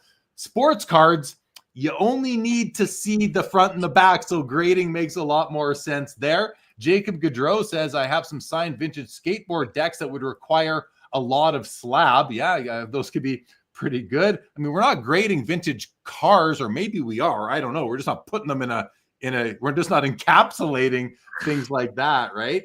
Robert Scott, longtime collector of stadium memorabilia, seats, signage. I think that's really cool right there. Michael Linda's first says booklets but booklets aren't cards. They're booklets. I don't collect booklets. I collect cards, but the grading companies, they slab them open anyway. So that doesn't really count, I don't think. Okay. All right. Any feedback? Chris, I think you were maybe jumping in there with something. No, I didn't have anything to add. I have additional topics, by the way, but only if you're running low on stuff. Let's hear your next topic. Okay, well, we gotta wait for Joe. Okay, there's Joe. Okay, so my next topic is, so I started my YouTube channel roughly 5 years ago, and when I started, Jeremy Lee was the king of the interview. He was the guy who was the king of leading interview episodes and things like that. And 5 years later, he's still the king of these sort of shows. So my question to the panel is, what makes Jeremy Lee such a good host of these sort of shows? Sure. Yeah. How am I supposed to feel and look right? That's very, very flattering, Chris. Thank you very much for making me uncomfortable here. And but I appreciate the support, buddy. And I don't know. I'm not going to answer that except to say I just show up every Saturday. That's all I'll say. But I'll let these guys. Chris, it's a great question. I think Jeremy does a really good job of making sure he involves everyone who's watching, not just the guests who are on his panel. Because at some point before, I think we might have gone up to 15 guests. He's gonna have a hard time, managing that if he keeps going at this rate. But the joking aside, he does a really, really good job of involving everyone who's watching. And that's nice for people, right? Because you don't want to be talked at. You want to be talked to. Yeah. And you do a nice job of that. Yeah, I would say creating community, and then everything Leighton just said. And obviously, I mean, there is no substitute for collecting and hobby experience. As both Chris and Leighton. I mean, there's just a depth of resources, and you can harken back and look at patterns, previous moments, previous experiences, and that's really that's really hard to replicate if you haven't lived it. And then the last thing I'll say is he puts in the work. He he does the work ahead of time in terms of preparing guests so they know what to expect. And I think he balances a really nice line between kind of, planning and also extemporaneous riffing, if you will. And I think that creates kind of an organic product, if you will, organic content. Yeah. Thanks, guys. And I think the chat. I enjoy seeing Jeremy uncomfortable. Well, the chat has called out the guests and the chat, and the way I integrate the chat into the show, and that's what I'm proudest of, is the just the multitude of people that have been through this screen here. Like 400 or 500 people have probably come across Sports Cards Live over. We're a month shy of 5 years, actually a month and a day shy of 5 years from the very first stream I ever did. I was like Michael Stone says, the guests. Andrew Deutsch says, he could use moderators, in my opinion. And that's a great comment, because I could use moderators. The reason why I don't, it's not moderators are one thing. A producer. Why don't I use a producer? Because it's like I need to be the one who selects which comments to bring onto the show. I don't know that there's anybody out there that I could I'm willing to hand those reins over to, and to get when I want them and which ones I want at the time. So, but Foul Ball says Jeremy involves the chat. He was the first. That I think that's what I'm proudest of, and what I feel like sort of sets the show apart. And yeah, people say I'm good at that. I mean, I don't know any other way but to do that. So I guess I'm glad that I am viewed as being good at it, because it's fun. Mark said, great job with topics. I got to thank the guests and the chat for that, though. I don't think I can take too much credit for that. But I'm seeing a lot of the chat and that kind of thing. So I just thanks, guys. Thanks, Chris. Thank you. Yeah, I'll do a real. I mean, that was a real one, but I'll do one of my other real ones. Michael Stone makes a nice comment. He says, I can verify Jeremy's a great guy in person as well. Don't be afraid of his height. Well, you're no shrimp either, Michael Stone. But I appreciate that. It was good hanging out with you at the National for sure. I thought Petty was the moderator. So no, I appreciate that, Chris. And we connected a long time ago. We've spent time together in person. All of us. I've spent time with all these guys on the screen, whether it's been meals, car rides. It's just the best thing that's come out of it. Whatever reason that I'm good at interview shows or whatever. The benefit has been the relationships and the friend, like real friendships. And I just couldn't be more thankful for that. So who has another topic now? Chris does. Yeah, I brought a lot. I brought a whole case full of topics. So I have two moral gray area questions for you. These are both things that sort of happened in my world recently. So I wanted to just sort of ask the panel what you guys thought of this. So scenario one is obviously I'm assuming we're all against shill bidding, but I had a friend who sent a card to a consignment company to sell on his behalf on eBay. They listed it on eBay. They completely botched the title. I don't remember exactly, but like they left out the word refractor, I think it was, and you couldn't tell in the picture that it was a refractor. So the card was selling way under what it should sell. He didn't notice this until maybe a day left, and he called the consignment company, and they didn't get back to him in time. So he bid on his own item and shill bid it. What do you feel that is morally acceptable or not? Oh. I mean, I'm just going to start this one, guys, because working with a consignment company now, I can anticipate this sort of thing happening. And, consignment companies make mistakes with titles. And one of the things that they often tell their clients, what I tell my clients at Flapshark, is you're going to get an email on Thursday morning saying your items are scheduled. Go into the portal, look at the titles. Yeah. I'll do it as well for you. Like I do it for them too, but I don't catch everything either. And there's a request revision button that's very easy to use. Use that. And, I've had people call me on the day of the item ending saying, there's a mistake. Well, I was wondering why it was going so low. And I say, oh, you didn't go look on Thursday. I said, I didn't see it either. I said, well, let me call them and see what they can do. And if there's time, they will actually just unlist it and relist it with the proper title. I think that's the only real acceptable solution. I don't know, Chris, that I can get behind bidding on the item in any event. I think there has to be a responsibility. I understand his disappointment, especially if it's a huge dollar value, and it's a tough question, but the right answer is you probably should have spotted it earlier when you gave your consignment vendor time to take it off, end it early, and then relist it. But that's a tough one. Let's go to Leighton. What do you think? It's a great question, Chris. I like how you have a doozy of them ready for us. Asking for a friend, by the way. Yeah, no, listen, regardless if it's your aunt or uncle, it's still a good question. Yeah. So, I side with Jeremy on this. I consign myself a lot to whether it be eBay consignment places or to auction houses, meaning ones that produce catalogs. And it's definitely not the same procedure the way it was 10 years ago, meaning there's a lot of great features that are electronic. And Jeremy's right. Some of them, I don't know if it's like pre-production, they call it, or, in some cases, and I like this about the auction houses, even if they produce the catalog, you can still actually edit the online, what's going on with the auction for those few weeks. And so, what I would say is if the item's super expensive, then if I was the consigner of the item and I couldn't have it changed, I'd respectfully ask that consignment auction house. So if it's eBay consignment auction house, or if it's a regular, catalog type auction house place, I would ask them to pull it. And then if it's a smaller item, I would just let it go into the wind.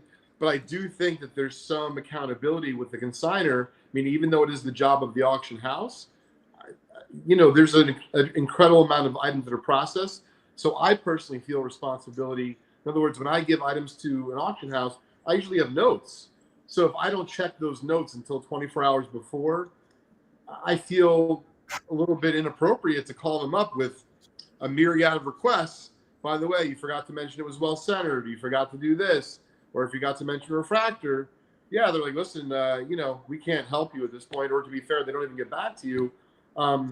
So I just think that it's better for all parties involved that you be proactive rather than reactive. But I don't necessarily know it's right or wrong, Chris. It's just to try to do better the next time. And if you end up in that real big pickle where it's just an expensive item and you just feel uncomfortable, then I respectfully ask I'd ask the auction house to pull it versus, hey, it's already closed, it's sold, and now I want reparations because it sold for less than it should have. I would try to ask beforehand. Yeah. How about you, Joe? Where do you weigh in on this? Yeah, not too much different than what you guys said, except I might not be as respectful as Leighton would be in requesting they pull the item. I mean, there is that 3-day window usually, in auctions that I've consigned with, where they ask you to inspect the listing. And so that's on you as the consigner or the consigner. You have to do your due diligence, and sometimes you got to take it on the head if you didn't do that. But I would probably, I would not shill the auction. I would not bid on my own card, but I would probably do everything I could just to talk to a live human being and say, you have to pull this card. Even if I had blown it, I would use all the force I could to try and get him to pull the item. Yeah. I'm going to read some comments because we got some really good ones. And I agree. Like I would just not do it at all myself. But there's some good comments. So let's get to them. First of all, Linda's first says, no shilling ever, all caps. Michael Stone says, tough one. Have a friend bid, but that is really not much different. No, that is still shilling, just shilling just by agency, perhaps. LGC, a different take, says acceptable. Yes, it's an exception. Buy it back and relist it properly. The only problem with that, LGC, is that by buying it back, you are a bid that wouldn't have been there otherwise. And now you're setting a comp that is unrealistic and is going to set a different signal to the hobby and could change or increase what the item sells for the next time you relist it. So I don't know I hear what you're saying, but I don't know if that's the right solution. Hobby Champ says any consigner worth their salt would compensate someone the difference between the going rate and what it sold for. Now, I hear that, and I think that's a great approach. And I think some of them would do that, but I don't know that that's the final and best way. But I think it's definitely a reasonable expectation. Jacob Gaudreau says, I think it's illegal to shill bid / market manipulation. I think it is too. Ziggy says bid to win is different than bid to higher sale. Yes, except for what I just said before, that you're still setting. Now you're putting a bad comp out there, which the hobby does not really appreciate. Linda's first. He just has to look at it as a lesson learned about consigning. That's the comment that I like. Yeah, I like it. If it's me, I'm probably not going to like it as much, Chris. And if it's thousands of dollars, I'm going to like it even less. But I think that if it's, $40-$50, which it wasn't. But I like this response here personally. Ziggy here says it's illegal to jaywalk and as enforced as shill bidding. He's not wrong about that. But Chris, I think, do you want to speak to the comment about, whether the auction house should do any compensating? Yeah, so I'm in this particular case, they did have a review process, and I think my friend had sent them a ton of cards, so he didn't go through them all. So I would sort of agree with you that it's on him. It's a tough lesson to learn. I'm of the belief if it's a gray area, just stay out of it. So don't even get in the gray area. I don't think shill bidding should ever be allowed. Do I think my friend is horrible for having done this? No, but he shouldn't have done it. Yeah, I think you're right. And if you're listing the items yourself, you're gonna do a better job of the titling because they're your own cards. I would think you're just gonna, you're not doing as many, let's say. So if you're sending, maybe the lesson is don't send 2,000 cards at once, or don't send more cards at once than you can review in the review window. And that's maybe part of the learning. Mookie here says, does the auction house have an explicit policy that consigners can't bid on their own item? Mookie, I don't know any that don't. They all do. Yeah. I think they pretty much all do, as they should, for sure. Hobby Champ says consignee is the one who has someone else list. The pet peeve of mine is when people call. Yeah. Okay. So that's just the well, who's the consignee and the consignor. Linda's first was the best handle ever. Mookie says, Chris, what is the CIA? So collector investor auctions policy on consigners bidding on their own items? Oh, they're very, very strict. No, none of it's allowed under any circumstance. And so the person you're talking to, what's their plan now? They won the item. Are they going to have it relisted with the same seller? And is that comp? Is it going to show as paid on eBay? I don't actually know. I think they bought it and just won it, so it's going to be shipped to them. Oh, take it back and just keep. I don't actually know the specifics. Okay. Fair. That's what I think. Yeah. Okay. Fair enough. Leighton, any other thoughts? Any other? I don't know if you brought a card of the day or anything like that. Did you come with any ideas for that before we're going to switch out and bring on Ben Hossler here shortly? But anything that you brought in that category tonight? I did. I recently picked up a card from someone on Net54. It is a T202 triple folder. And before I show it to you, I just wanted to provide some context. I've been really kind of into sets where the cards, believe it or not, can be folded.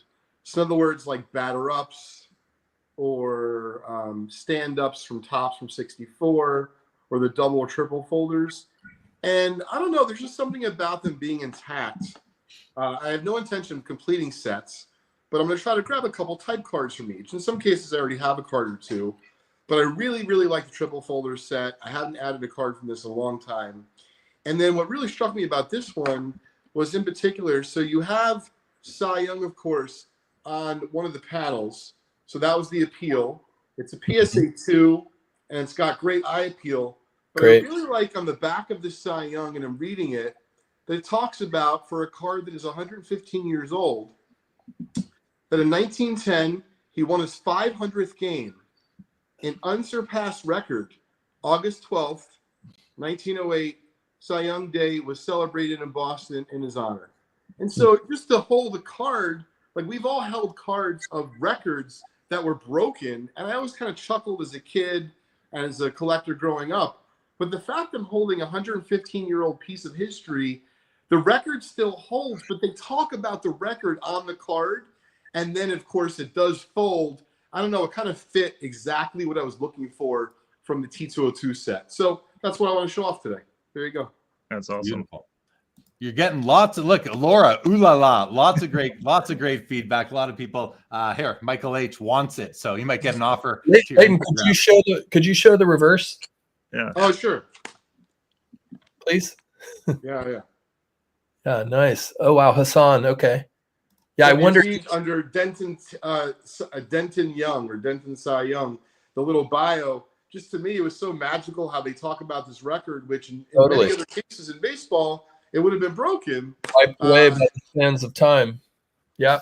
But not him. And for whatever it's worth, because I hadn't looked at the all-time wins list in a long time. So impressive. So there's only one person apparently over 400 wins. That's Walter Johnson. Now, there's a myriad of people, of course, over 300. And I know it's a different time, a different era. But Jesus, criminy. I don't know if that was pretty cool. And it says it on the card. That's why it's a keeper for me. That's amazing. Yeah. That's cool. Do any of you know, are those particular ones, do they have variations in the reverse? Like, Old Mill or Cycle or, Hassan, or is Hassan the main one?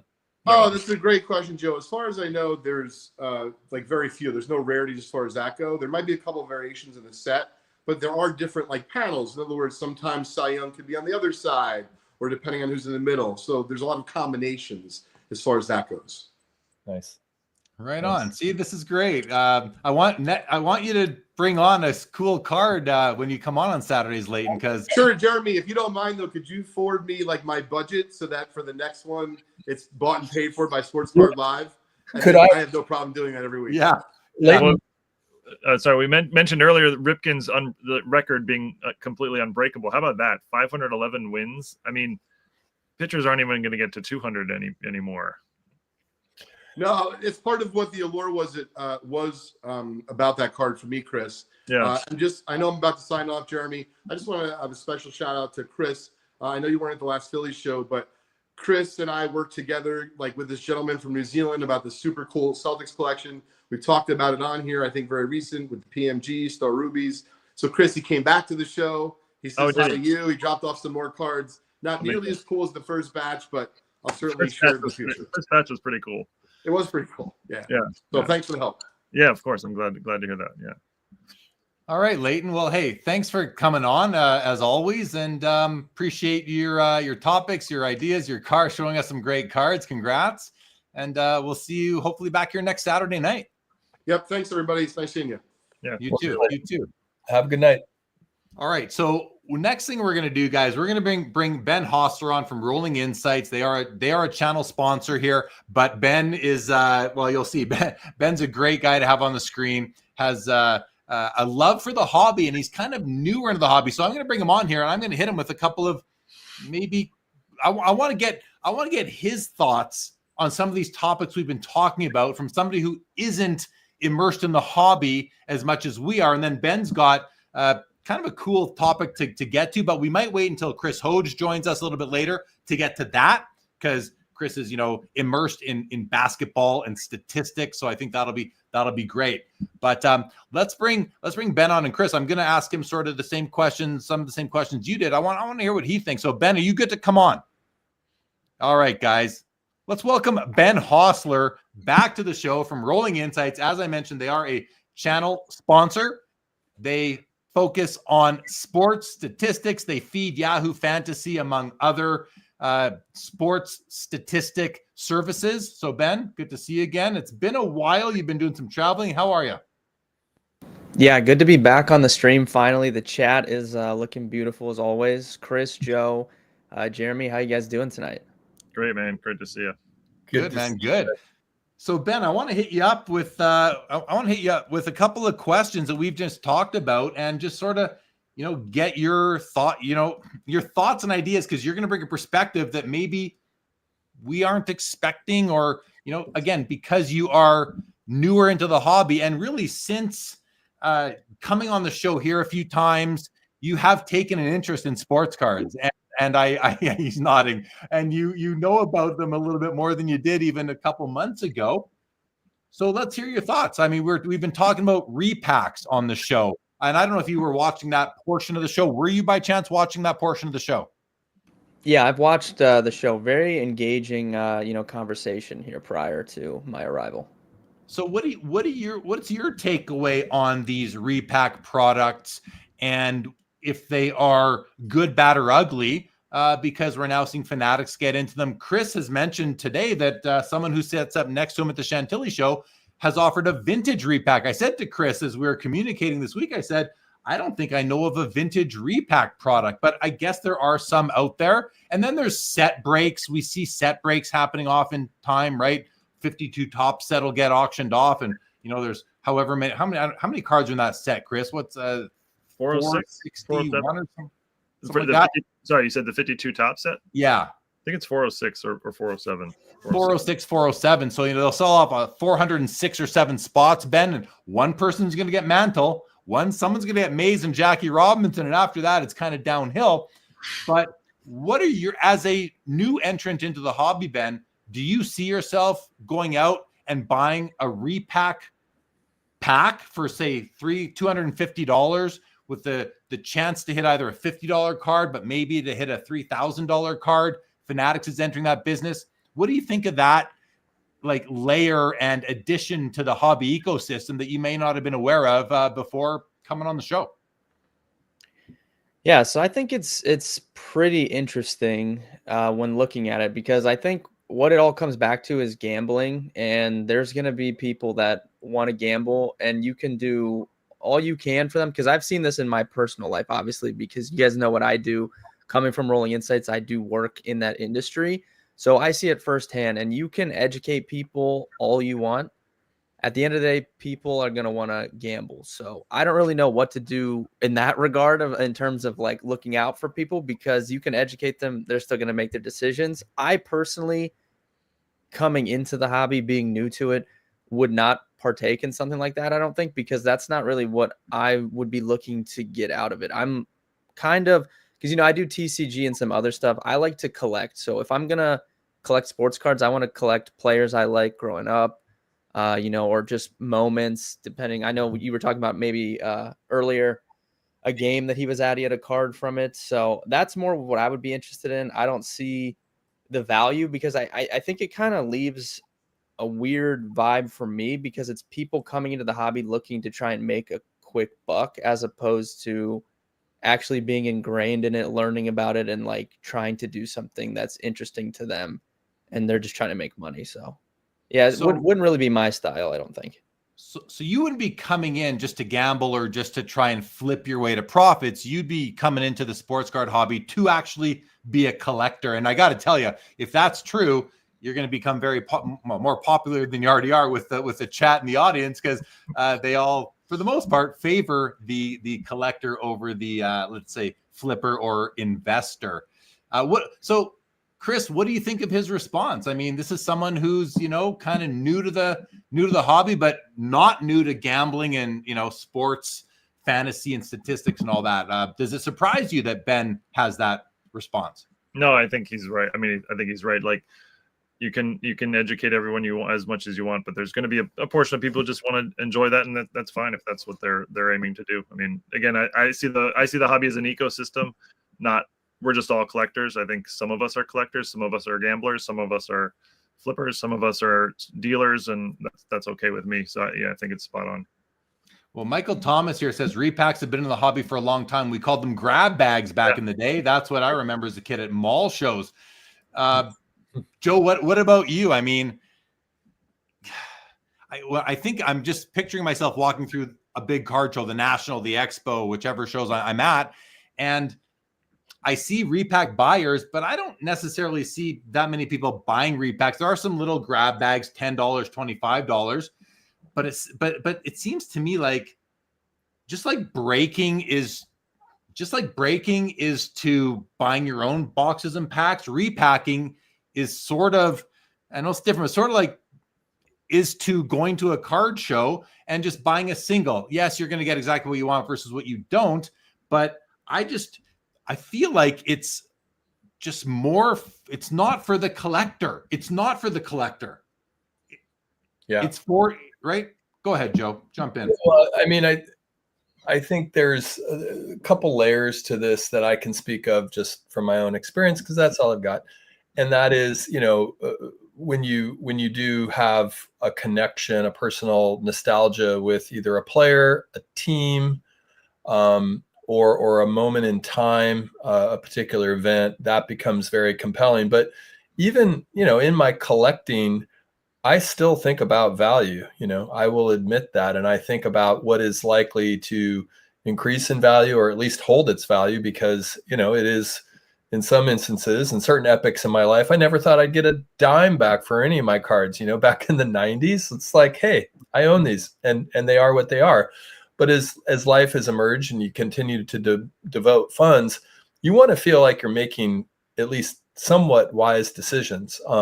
And I know, I mean, both Ben and Chris, even though they're kind of coming from somewhat different sectors, if you will, I think they're both the kind of people that would think like, I have a better chance using my brain and my knowledge base, and I'd feel more comfortable making an educated decision if I were going to invest in a card and or have some kind of mercenary interest, if you will, to dedicating funds, the value proposition, the opportunity cost, if you will.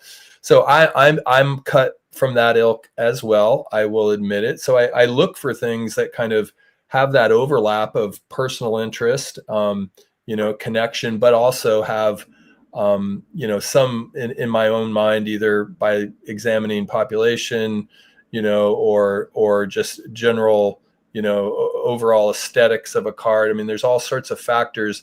And primarily too, the issue and the player. I mean, the player is always going to be a massive lever in whatever the opportunity that you're investing in. And that's, I'd like to think that my sports knowledge helps me in that regard.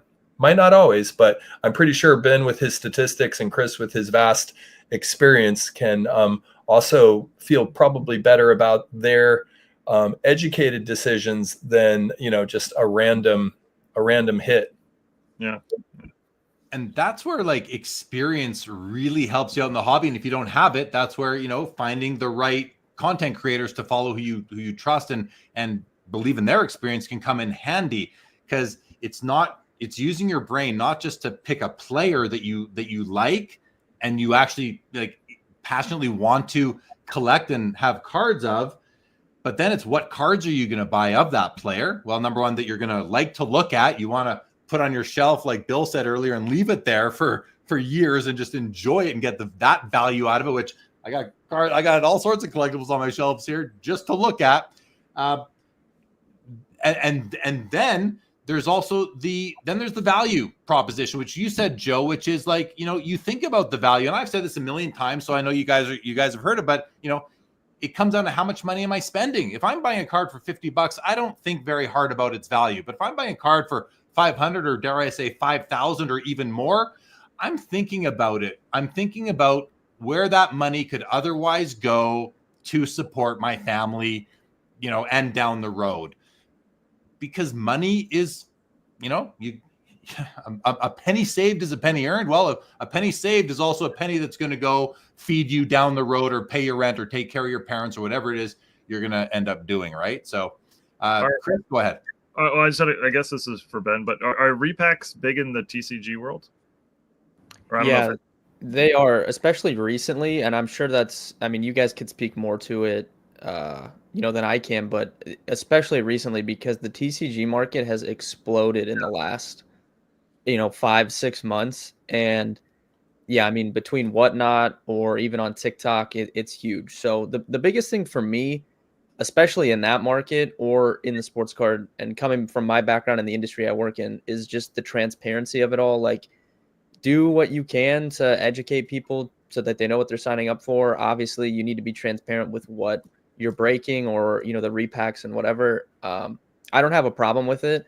I'm similar to Joe. Like, I would care about the value of my cards if I spend money on something. I don't want to pay $50 for something and then, 2 weeks later it's worth $10. But at the same time, that's not the only reason why, I would buy a card. But as long as people are transparent with what they're doing, I don't really have a problem with it. I guess it's just not my thing. Yeah, fair enough for sure. I want to say a quick hello here to Justin Bode has entered the build. I think Rage joined us somewhere too, but I can't find that one anymore. Ziggy here says, agree with Chris on repacks. Not for me, but I appreciate their place in the hobby. Hobby Champs here says EDI Sports Cards, which is a YouTube channel that I subscribe to and watch sometimes. So I never hear anyone mention EDI Sports Cards except for maybe Hobby Champs. And he's got some interesting videos. Anyway, he says EDI Sports Cards actually had a really good video about the 3 types of people in the hobby: collectors, hoarders, and flippers. To which Michael Stone asks, can you be all 3 of them? Can you be all 3 of a collector, a hoarder, and a flipper? And for me, I think I fit into, I don't think I'm a hoarder, but I'm definitely a collector, and I do flip cards as well. So I'm definitely both. What do you think, Chris? Can you be a collector? Oh, well, you kind of are all 3. You're a collector, investor, dealer, hoarder, and flipper, no? I'm definitely not a hoarder. I've learned not to do that. But what about dealer? His dealer doesn't fit into any of those. I mean, I guess think dealer flipping and dealing is kind of the same thing. One's just a derogatory term for it, and the other is more professional, isn't it? Like you buy a collection, you flip it. I don't flip it. I mean, I buy a collection, I break it up and sell it over time. I think that's different than flipping. But okay. Is it? Oh, that's interesting. To me, that's flipping. It's buying a collection, breaking it up and selling it. You're still flipping the cards, but I like what you said. You're seeing some nuance in there. Let's explore that for a moment, because I find that really, that's something I've never thought about, never even heard that until right now. I'm a full-time dealer, but I don't consider myself a flipper. I do very little flipping. To me, a flipping is you go buy a card and you immediately sell it for more, or you buy a repack and you're looking to flip it for more. That's not my model at all. I buy large collections and I strategically piece it out and break it up and sell it over time in various different ways. So to me, that's something different. But you're providing a service. I look at flippers as the way we look at flippers, and what you do as a service to the hobby. I think you're both. Some people are a little bit more predatorial when it comes to flipping, and that's what I think gives it the bad just the negative connotation to it, the reputation. But you're really providing a service. You're taking a card that wouldn't otherwise get into the public domain, into the public markets, and finding the good home for it. And you might take that to the extreme level there, Chris, in the way that you're doing it, because you are spending hours breaking up collections. Joe, go ahead. Well, since we have Chris here, and just real quick, Ben, not to go down the rabbit hole of collecting too much, but that's what we're collectors. So Chris, I mean, as I mentioned earlier, it might have even been closer to 20 years ago when I was I think it was Sunday nights where you would have auctions closing. Remind me of your eBay name back then. I think it's my last name, Sewall.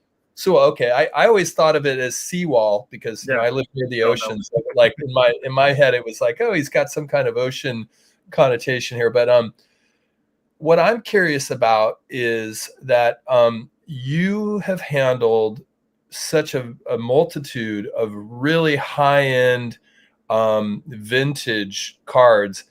When do you feel like you really, was there a moment in time where you suddenly kind of popped in a way where you sort of said, like, now I actually know the hobby? Like, oh, there's an orange background and a blue background to E95 Lajoie. Like, I mean, I don't know. There's so much nuance in the deep vintage collection. And I know with the kinds of cards you were listing, you must have had to do a ton of research. Was that stuff that you sort of already knew at that point, or were you continuously finding it out? Yeah, well, so it's first again, it's really cool that you bought something for me that long ago, and remember that's really cool. I appreciate hearing that. But No, it's definitely not a moment where it popped. It's definitely a long, slow, steady, gradual learning. And I still have more learning to do. There's lots of stuff I still don't know. So, yeah, long, slow, steady growth there is how I would define it. Awesome. Well, I mean, it was always amazing because the collections that you must have been discovering and or acquiring would have such sort of disparate issues and swamp finds and this, that, and the other referenced that I was always just amazed, like, where are these cards actually coming from, which gets to provenance. And, I have a fascination with like the story behind the card, but that's probably a whole nother show. Yeah. All the collections, every collection has every collection has a story, and many of them are very cool. Joe Double D Dylan says, Joe, are you a surfer? I'll let you answer that, even though I know you are. Okay, I guess I did. I'm an old guy. I longboard. Yeah. Oh, cool.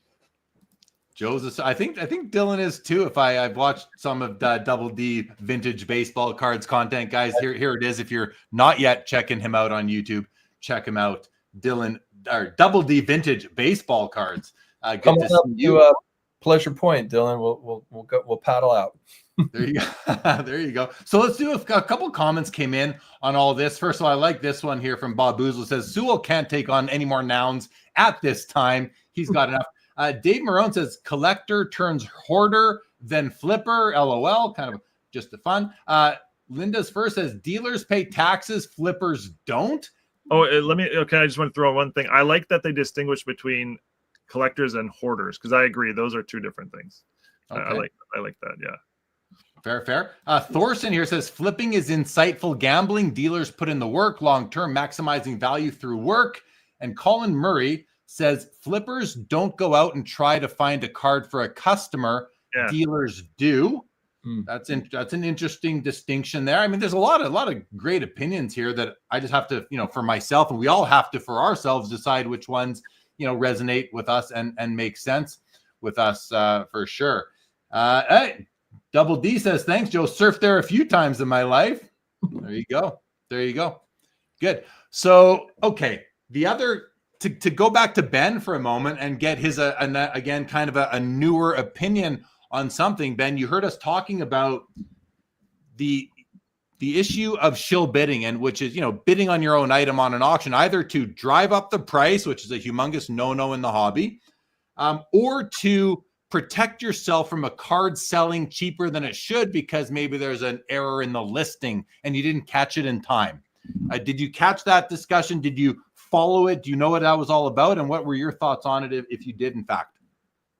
Yeah, the shilling, I mean, we can't condone that whatsoever, especially, I mean, I've seen this obviously in the industry I work in, and it's a huge problem, so I imagine it's a problem in this space as well, and I think it sets a really poor example for someone like me that is new to the hobby, and there's a lot of people, every day that are getting into the hobby, so I think it sets like a bad example for them. Like, they might think that's what the hobby is coming into it, and it's just not at all, so definitely cannot condone that whatsoever. It's a big problem in the space that I work in currently. So I'm sure it's just as bad here. Yeah, as it should be. So speaking of what you're doing over at Rolling Insights, Ziggy No here says, I'd like Ben's insights on running statistics on hits in a case break. So, I mean, right now you guys at Rolling Insights are running statistics on player performance. Correct. Have you, in even starting after meeting me and coming on the show and sharing what you guys are doing over there to help sports fans, some of which are card collectors as well, try to better perform in their fantasy pools and the such, have you at Rolling Insights thought about at all working statistically in sports cards, breaks, even like Ziggy No asks? Yeah, I think that's an interesting point. Obviously, a big part of me coming on the show here has been kind of listening to the chat, see what the people want to see. So that's something we could probably definitely look into. As I've mentioned, it's been like three or 4 weeks, I think, since I've been on the show. So the last time I was on, I was talking about how, we're implementing a new tool on Rolling Insights where you can upload your own custom data into what we already have. So we have several statistics for all sports on there in a data space that you can play around with, like a spreadsheet on steroids, basically. So we're implementing the new feature where you can upload custom data like that. And I'm sure that is probably something. I mean, I would have to find obviously the data on like hit rates out of boxes. If I could find that, then I'm positive I could put it into one of our data spaces and kind of play around with it for sure. Cool. Go ahead, Chris. Cool. Cool. Okay, so I thought you had more. That would be pretty. That would be a pretty. Yeah, I don't know if it'd be a game changer, but that'd be a pretty cool tool. Cool tool. There you go. Cool Another tool. question from Dylan at Double D says, Joe, do you have a YouTube channel? No. He does not. This, you can consider this Joe's YouTube channel for now, but you know, maybe he'll launch his own with and do some stuff on there eventually. But for now, he's here on Saturday nights with me and our guests. Okay, let's see what some more comments are coming in here, guys. Great stuff from the chat. Thanks everybody for being here with us tonight. Of course. Can I ask another quick question? Chris, I always associate you with the phrase "from the Blazer division," and I'm sure I'm not the only one that does that. I'm curious, in the wake of various both grading updates, but also just like it was actually like 2 or 3 years ago where people started really maybe getting extra sensitive to Blazers potentially being trimmed. Do you have any thoughts on like kind of that moment a few years back where we kind of realized like, wow, maybe whatever grading company may have missed some, and that Blazers that we all revere are a little suspect or could potentially have been suspect? No, I'm not sure the moment. I mean, for me, the trimming issues, there's always been trimming issues going back to when I was a kid even. In fact, I almost feel like it was worse back in like the 90s. So yeah, I mean, I think it's always been an issue, and I think the grading companies are getting stricter along with the hobby's general mentality. I mean, I think people today are much stricter in the way they grade their cards, irregardless of grading companies, and grading companies are sort of adjusting to match that. Yeah, maybe I'm kind of speaking out of my own experience, because there was a time where the Blazer division just increased my fervor, and now I'm always just a little like, maybe I want a nice X mint or an X 5, like a sweet spot, nicely centered. So it's just interesting. I still love the phrase "from the Blazer division." I use that. I use it on my some of my shows too, Chris. That was a surprisingly successful catchphrase. Eat your vegetables, everybody, right? Yeah, that's the sign. But Joe, as Andrew points out, we're just regular roller fans here. We're not the high rollers here, for sure. There was a funny comment that came in here. Oh yeah, Carvin says, "What trade is Hoge going to have for us to shock us like last time with Luka? Will it be NFL or MLB?" And there was a good response to that. So, Hobby Champ says Hoge will come on, and Mahomes was traded to the Browns. That would be interesting. Very good. Very good. Chris, buddy, always good to have you on the show. And listen, now that you brought such topics that sparked, I think, some great conversations and made me think about some things I haven't ever thought about before, even, like the difference between dealing and flipping, or what the differences can actually be, because I've never thought of it that way. So thank you for expanding my mind on that and giving me that. That's my new theory. I try to be open-minded, guys. Sometimes I'm stubborn, but sometimes, I'm open-minded on things that I think are worthy of being open-minded on. And if you present me with a theory that makes more sense than my pre-existing theory, I'm going to switch it up. I'm going to adopt your theory as mine, and now that's going to be mine going forward. And I think I'm there on that one, Chris. So thank you for enlightening me and educating me on that way of looking at things. I think that's really cool. So I feel smarter now than I was at the beginning of the show. So always good. What's that? That's why I'm here. That's why he's here. Well, I know a lot of people greatly value what you bring to the hobby on the collector, baseball card collector, investor, dealer YouTube channel. So if you're not yet, who isn't subscribed to this guy? You guys, I know you all are. So I don't even need to tell you what his channel is, although you all know what it is anyway. Chris, Great to have you. We're going to get you back on. Give it a few months. We'll have you back because, Of course, I mean, anytime. you're bringing great topics. Yeah. Thanks so much for having me on, Jeremy. And great to see Joe and Ben as well. Dan's vintage here. Look at it. He says Sewell's mind-expanding division delivered tonight. Well said, Dan. Well said. Yeah, Joe, you wanted to say something before we let Chris go? No, yeah, I hope we can bring him back sometime and keep on doing what you do, Chris. You enlighten not just Jeremy, but the whole hobby. So thank you. Really appreciate that. Yeah. And Mookie Chill says Chris is a conversation flipper. That's probably true. Good one. All right, Chris. All right. Great to see you, pal. We'll talk soon. Thank you. Yeah, thanks, guys. All right, guys. Thank you to Chris for joining us. We still have Ben with us. We're going to bring on Chris Hoge now. And I think, Ben, what we'll do when Chris comes on is we'll get some of his thoughts on what's gone on the show so far. And then we're going to get you to share your screen. And I might just kind of sit back and let you basketball fanatics really talk about what you're bringing to the table. One of the things you're bringing to the table here tonight, Ben. So let's go ahead. Chris, you good? All right, let's bring him on with those thumbs still in the air. We got him still in the air. Welcome back, buddy. Welcome to the show. We have our closer with us. How are you tonight? Doing well. How are you? Doing well as well. Did you get a haircut? You're looking clean cut there. Yeah, it was time for the once and a quarter grooming experience. Grooming experience. Very nice. Very nice. Well, welcome back. The four of us have been here before. Chris, I'm going to just pass the mic over to you right away and say, give us your thoughts on what you've seen and heard so far tonight. And then we'll get to Ben's topic. I think there's been such a nice offering of topics over the last 3 weeks. I'm going to even go further than tonight's show. I'm going to go back a few weeks.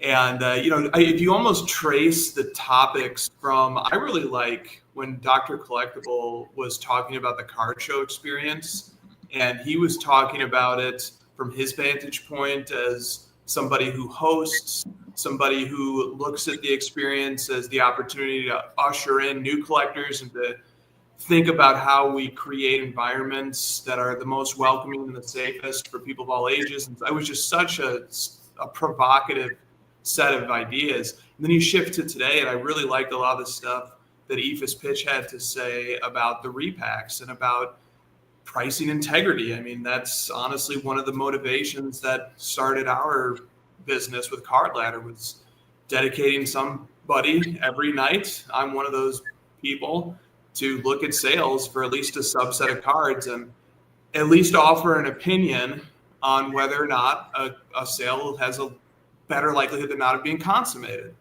So it was really interesting to sort of process all these different topics, to think about them, to think about too how they impact my experience as a collector. And whenever I put on the show, I usually have my collection out, or I'm jotting down some ideas for content that I get when I'm listening to it. And it's really just struck me how many different parts of my brain have been activated since listening to the cornucopia of topics that have been offered over the last few weeks. So I don't know where you want to go with that. I actually have two questions, but I know we have Ben coming up, and if we don't get to either, that's fine. Joe and I workshop two of these that I think actually tie in really nicely with some of the stuff Aoife's pitch was bringing up. So wherever you want to go with that, I'm ready to go, and we'll look forward to what Ben has. So let's do your.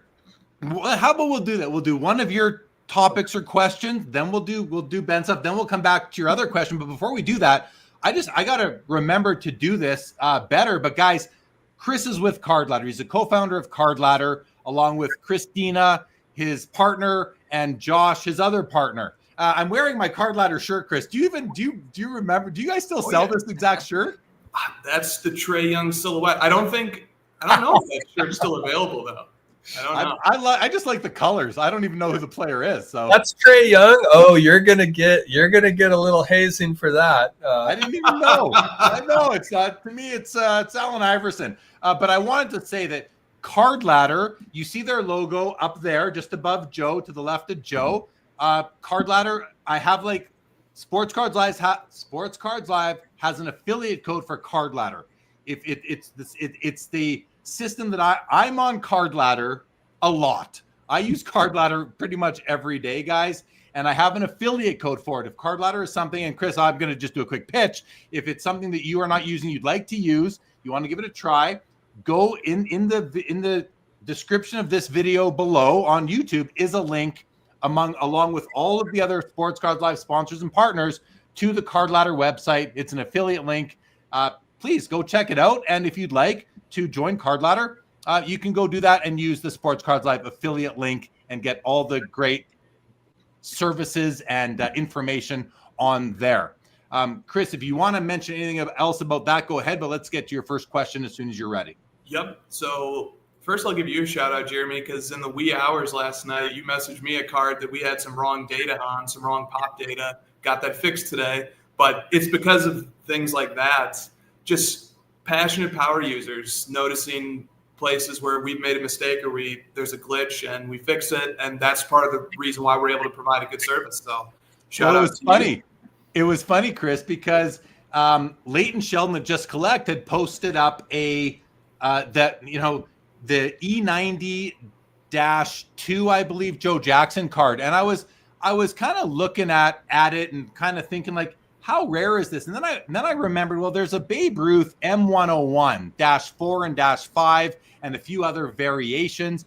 And I was wondering, like, how rare are these cards, right? So I ended up looking at a comp for it was actually a Babe Ruth M101, and I go to the what happened? I press on the sale history link, and it brings me to some 86 Fleer basketball card, like literally from a 1916 newspaper card, I believe over to an 86 Fleer basketball card. So I text Chris pictures, and I guess you fixed that link. But yeah, that was pretty funny. Okay, keep on. Back to you. No, it's just stuff like that. Those are the little differences that when maybe Leighton went and looked it up the next day or something, or somebody else, and because you had the wherewithal to just send me a DM, we got it fixed, and it helped whoever looks at it next. Okay, so here's the first topic that I have. This one is not inspired by EFIS. The second one is. So we'll do the first one. This came about from discussions with Joe today. And the question was simply this. I think it does sort of tie into some of the topics over the last few weeks, but it's this. And this is a question that I pose to all four of us as panelists, and I invite the audience to think about it for themselves, and I'm sure they will anyway. This is a personal question that I could be fun for everybody to answer. And the question is your hobby experience, your personal hobby experience as a collector, as a content creator, however you take that, is your hobby experience linear or circular? And what do I mean by that? By linear, I mean, does your hobby experience proceed in a straight line fashion from point A to point B? There's no circling back. You just continue along your path. And to give an example from my background, and if I get a chance, I'll go into this more deeply maybe when I answer the question, if there's time for me to do that. But for me, I sort of have progressed from focusing on collecting Michael Jordan to then focusing on collecting Luka, to then focusing on collecting Jokic, to then doing a little bit of collecting of Mahomes. It's been linear. It's just been step A, step B, step C. And I've never really circled back and said, okay, it's time for me to start over now. I'm going to dive fully into Michael Jordan and just restart my cycle. Okay. So that would be the definition of circular. By contrast, would be my hobby experience. Instead of going from point A to point B, my hobby experience sort of starts at point A. Maybe it hits a couple other little points, but it eventually circles back to A. And I recycle the process. I repeat the process. So that's the question that I pose. And Jeremy, I'll leave it up to you for who can chime in first, or maybe you can. Is your hobby experience linear or circular? Well, so for your example, just so I'm clear, Chris, like if you went back to Jordan, which is where you started, because so many things there, that would be circular. But you've been linear so far. You're saying you haven't gone back to Jordan, but have you picked up a Jordan card ever since you picked up your first Luka card? I have. Yeah. So it's been kind of like the amount of attention that I've given to Jordan. it once was my full hobby experience, and then it sort of became a fraction of it. And it never went back to being full, at least not yet. It still could. I wouldn't rule it out. But so far, that's how it's worked. I'm gonna, I don't know. I need a third option. It's kind of like multi-directional, like I started out collecting 80s O-Pee-Chee sets, and then I got to the end of the 80s and I started, okay, I'm gonna do vintage Hall of Fame rookies. And then I was doing modern in the early 2000s through the 90s and the early 2000s. And then, fast forward, and then it was just what was coming out. It was, the cup and some baseball and some basketball. And then you get to the 2017, and that's maybe when I started going backwards to older vintage, other sports as well, and Michael Jordan, which is when you and I first met back in like 17, because I was listening to your podcast and I was collecting Jordan cards, and funny story, guys, I'm listening to one of the House of Jordans, which is what HOJ stands for, if you don't know, and they're talking about this new bidder that they'd never seen before on eBay that snapped up a bunch of cards. Yep. So I sent him a message. I'm like, yeah, that was me. It was so weird to hear about yourself on a podcast that you had been enjoying. And Chris and I have been friends ever since. And literally we're 8 years now, I guess that is. But so Chris, my answer is, I don't know if I'm either or all of the above. So some combination. It's really hard. It's hard for me to put myself in one of those categories and just kind of really feel comfortable with that. So maybe you could better assign me to a category, because I'm not even sure. Like, yeah, and then I got projects I've been working on for years that I'm still working on. So I think with some cards I'm linear, with some I'm circular. That's super interesting. Joe, how do you interpret Jeremy's path that he just laid out? I mean, the way I understand this question might be slightly different than what you expressed out of the gates, because I think there's a way to still, like, for instance, go back to vintage collecting, but still be on a linear path. And what I guess I mean by that is that in my own hobby history, I definitely have been recursive in some ways, but I wouldn't consider it circular, because it doesn't feel like this sweeping arc of coming right back to where I was before. There's a new context and new priorities and a new lens when you get to something that you have. So for instance, using your example, Chris, I have a feeling that when you grabbed that golden touch at the Dallas show, I think it was, that it was a different experience than it would have been 5 or 6 years ago, when Jordan was everything and you were filling out your Jordan, portfolio, if you will. And so to me, that could still be linear. Because on your collecting journey, you'd reached a point where maybe you noticed, like, wow, I don't have quite as many Jordan cards as I would like in my overall, portfolio, if you will. Let me try this, Joe. Let me see if this, you can be circular in the subject matter, but linear in the style of the approach. So if I maybe circled back to Michael Jordan at some point, I might focus on something like his obscure oddball cards, which was something that I never focused on before. So I'm circling back to the player, but I'm approaching the player in a whole new way. But I don't know if I could ever really circle back to approaching Michael Jordan collecting from the same style and philosophy that I originally approached it from. I've just learned too much. I've seen too much. I've thought about things in too many different ways. Yeah. I've seen too much. Yeah, no, totally. I like that distinction. And I would say that, when we were workshopping this, I was kind of thinking about how a lot of people, do say that hobby works in cycles. The thing that comes to mind most recently is the proliferation of slabs and how many cards are being graded, and kind of the idea of the junk wax era now being kind of mirrored or paralleled by the junk slab era. And so that's looking at it maybe less from a collector centric individual perspective and maybe more broadly. But for myself, my instinct and my feeling of it all is that it's entirely linear for me.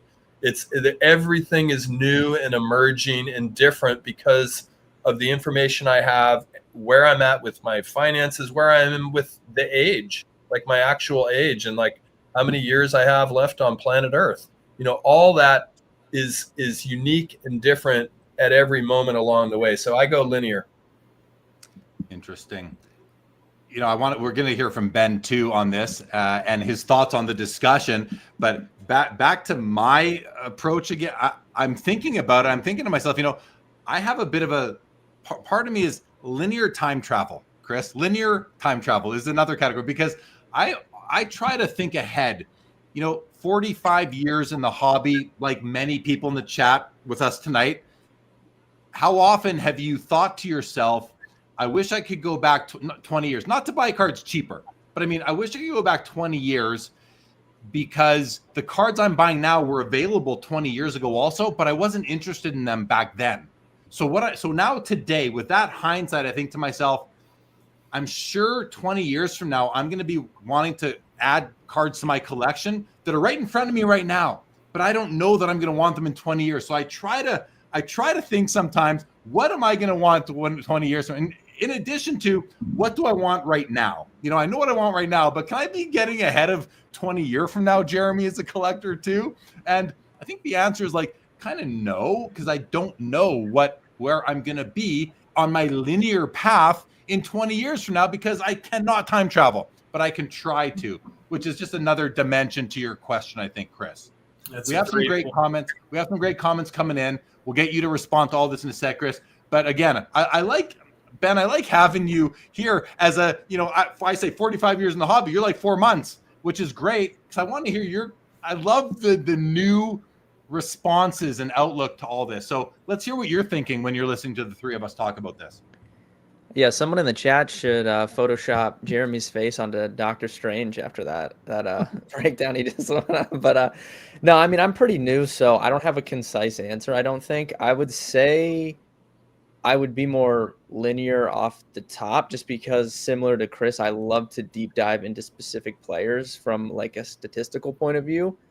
So that's something that would catch my interest. But my ideas and how I look at things change so rapidly, just extreme ADD in that aspect. Like, I will probably create my all-time favorite fantasy football lineup and just collect players of that team.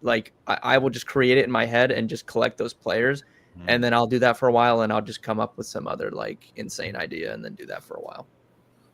I love that idea, Ben, for you and for any, if you're new and you don't have direction, but you like sports, which is somewhat of a prerequisite here, or at least history, and you build your fantasy team. I love that. I love that.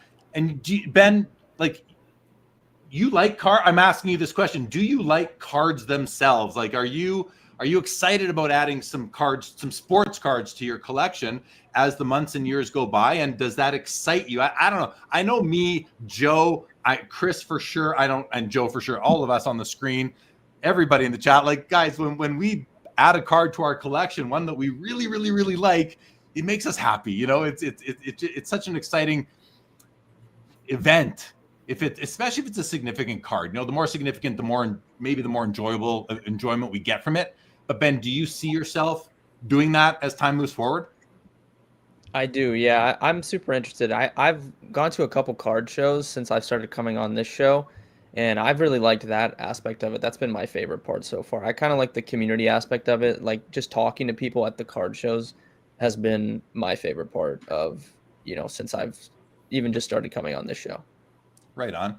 Well, in the spirit of this fantasy team, because you did bring with you a list of however many basketball players, and you're going to show a little bit about what Rolling Insights can do, but we're also going to talk some basketball right now for a few minutes anyway. So as he gets that ready, Chris, you might want to respond to what you've just heard, and then we're going to get into that. And again, that's where I'm going to take a back seat and just learn about some basketball. But over to you, Chris. Well, Ben, if you want to get your screen share up, and I'll be able to bring it on.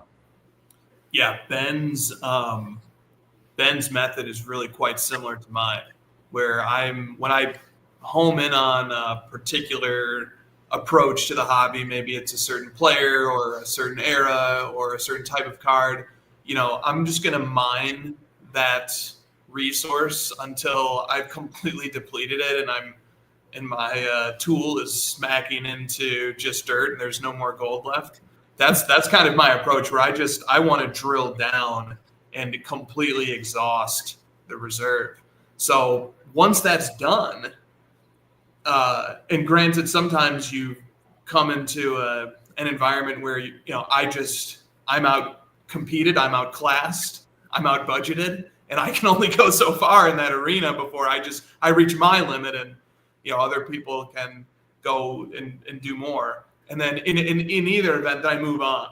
So once I've completely exhausted my interest in a subject matter, it's kind of hard to imagine going back to it. But that's sort of the virtue of that approach too, because I really like what Brett Miles said here. He said, hindsight is 20/20, but the journey of trying something and not liking it has been massive for shaping who I am as a collector. Okay. So every single experience there, you learn a little more about yourself. You learn a little more about the hobby. You learn a little more about how other collectors work. You just learn and grow, develop. And I don't know, sometimes, I might make mistakes. I might take the wrong lesson from something sometimes too. I might actually take a step back. It's never perfect growth, but I like what Ben said. That really lines up with my approach. Right on. Splendid Sports. Adam says PSA should create a GOAT fantasy team set on the registry. Yeah, one by sport, by era, there's all sorts of opportunities there. The question is, how do they come up with the first one, I think, right? They have a Madden 99 checklist on the set registry, I think. I only know that because one of the players I collect, McCaffrey, has been on it a few times. Right on. Okay. It's in Madden 99. That is definitely interesting. Okay. What we're going to do now is, Ben, I'm going to share the screen, or do you want to kind of set the table for what this is before I do that?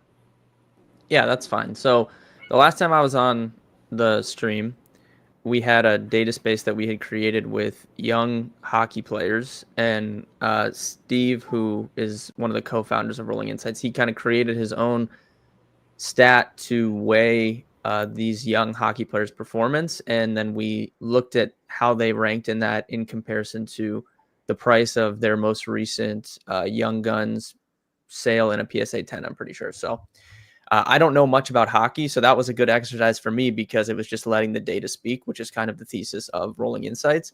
So what I did for today was I know more about basketball. So I kind of put together what I think are 10 of the best younger players in the NBA.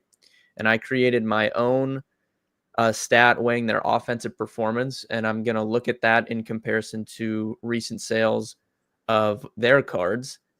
And I found some pretty interesting things, honestly, just looking at it at first glance. And this is a very kind of basic stat to start out. And I think we can expand on that in the coming weeks. But this is just showing kind of the power of sport-wise, what you can do with these data spaces.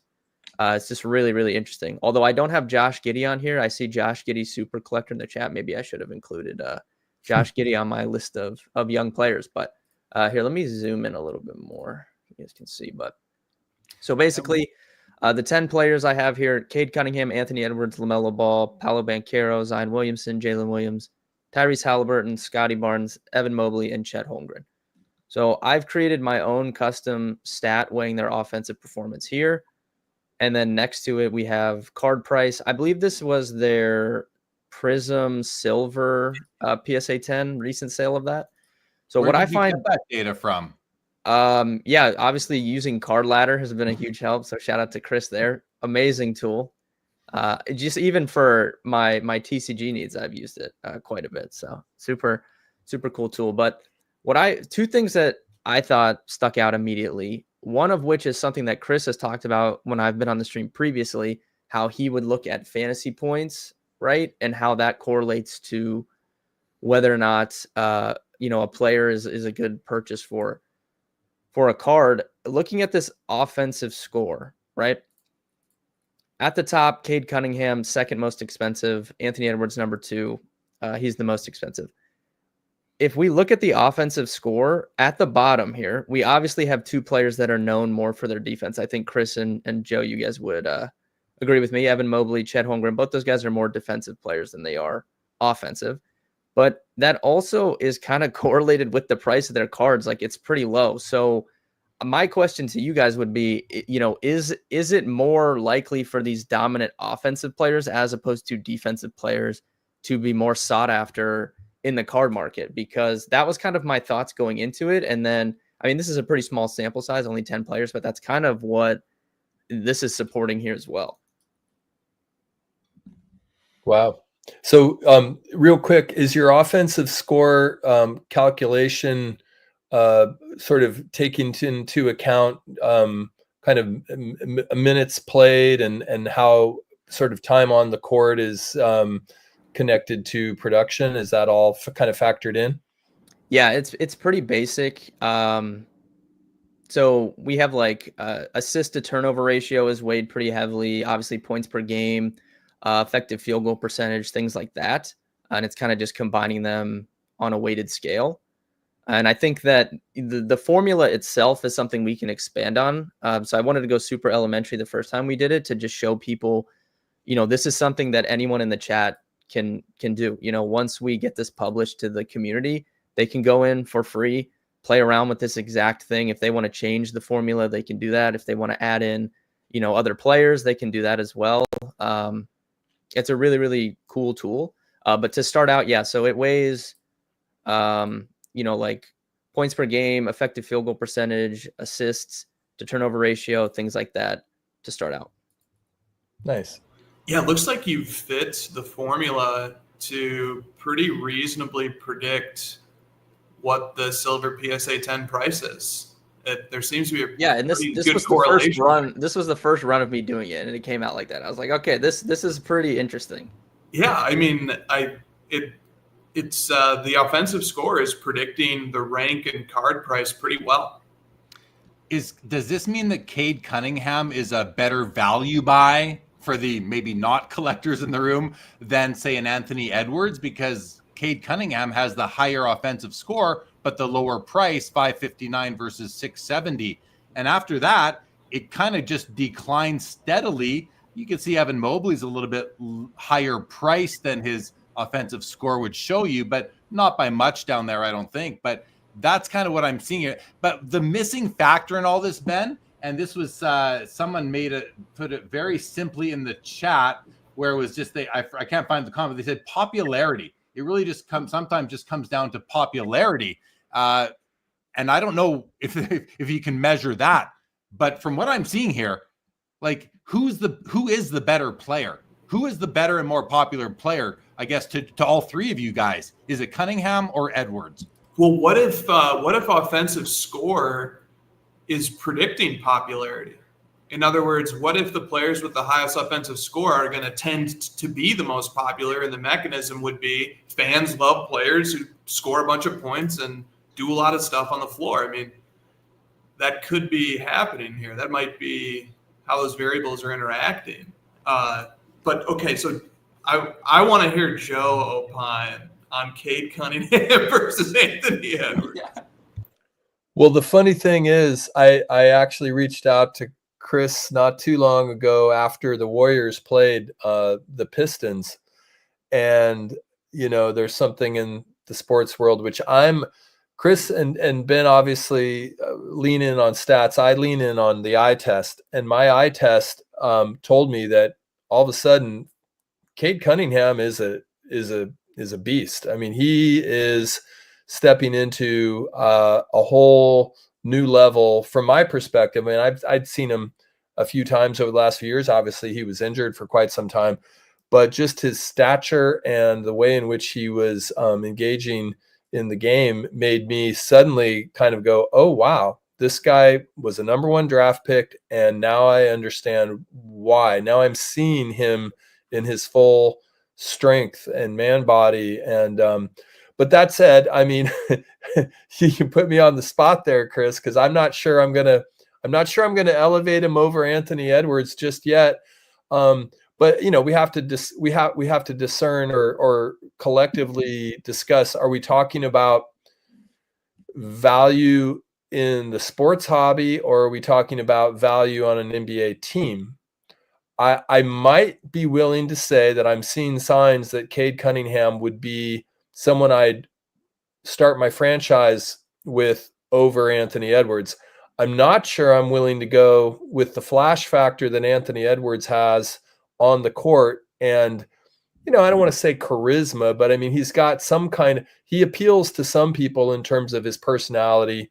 And for that reason, I'm not sure Cade has elevated over him, and I'm not sure he ever will. There could be some degree of personality and or style of play that does not allow Cade to fully overcome unless there's team success, which, looking on this list, that's how I would explain, for instance, the slight disparity with Evan Mobley is there's team success at play there.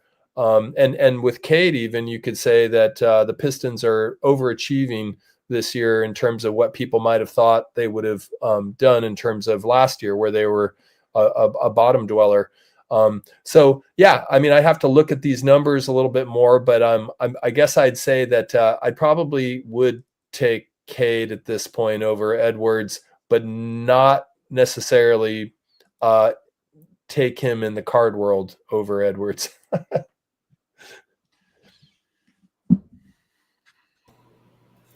I'll follow up to that briefly. I think Edwards' pricing probably still has some residual inflation from his deep playoff run last year and all the hype that was surrounding him from media during that playoff run. But I also think, in big picture wise, resume wise, hardware wise, Cade and Edwards are basically starting from the same point here. If we just push pause today and evaluated where they might stand all time, I don't think either has a significant edge over the other. And I don't think it becomes too difficult to imagine that Cade Cunningham is playing in the East. It's probably going to be a little bit easier to get a little bit further in the playoffs and maybe get lucky and even make it a few rounds, maybe even make it to the finals. I don't think it's likely, but I think it's going to be a little bit easier to do that in the East than it's going to be to do that in the West. So I think it wouldn't be totally shocking if bullishness on Cade surpassed Edwards at some point in the immediate short-term future. Long-term, I have no clue. I mean, I think the Wolves are going to have roster turnover like crazy this summer. I think the Pistons are an up-and-coming team, but is this season an aberration or not? We know Edwards is a proven playoff riser. We haven't seen what Cunningham can do in the playoffs. There's lots of variables still here. Right on. Yeah, I agree with that. And I think that another thing that stuck out to me was just like someone like LaMelo Ball, who clearly is not on the court in terms of me wanting them on my team, like not really on the level of a Cade Cunningham or Anthony Edwards for me. But if we're going back to the offensive score, kids, what they're watching and what people want to see, which is, offense being scored, he's at the top of the list. I'm sure he's one of the most popular players in the NBA. He's got shoes that kids like to wear, and he's pretty close to Anthony Edwards in this offensive score metric. Card price cut in half because his team is terrible. So, I mean, that's something to think about down the road. Like, does he switch teams? Will the Hornets ever become good? Because I'm sure that would impact, that card price pretty significantly. Paolo, I don't know. I mean, you guys can make your assumption on that. I think he's very good, like probably a better player than LaMelo, like on the floor, but not as exciting, I don't think, for people to watch. But the LaMelo Ball price and his closeness to, like, honestly, both guys above him was interesting to me. It's funny you just mentioned the Paolo and LaMelo, because I was going to ask you, I don't watch these guys play, but I do watch their cards quite a bit. Specifically when I'm doing like MC Showcase Monday shows, one like the third Monday of every month, and we'll be doing one in a couple Mondays. We see a lot of Paulo cards on there, and I had to learn it's Banchero, not Banchero, but I learned that now. But then so my perception is that Paulo is a really good player, and people generally seem to like him, whereas LaMelo is a very divisive, I find, my perception is he's more of a divisive subject in the hobby. And yet I thought, before I saw this offensive score today, I thought that Paulo would rank higher than LaMelo. But again, that's just based on my non-watching perspective. So my question is, it's 85.5 offensive score for LaMelo versus 80.3 for Paulo. Is that a significant difference? Because their prices are the same. So is LaMelo a better deal and let's say a better buy? Or is Paulo unfairly penalized for some reason on the offensive score relative to LaMelo? If any of that makes sense, like, I don't know, but that went through my mind. So I wanted to ask the question. Whoever's best to answer, please respond. Chris, I'll Joe? kick it off. Yeah, I mean, when we start progressing into the phase of, hey, is one guy undervalued or is another guy overvalued, I'd want to bring in a few more pieces of data on on the card side. So one thing I'd want to look at is, what is the population of the PSA 10?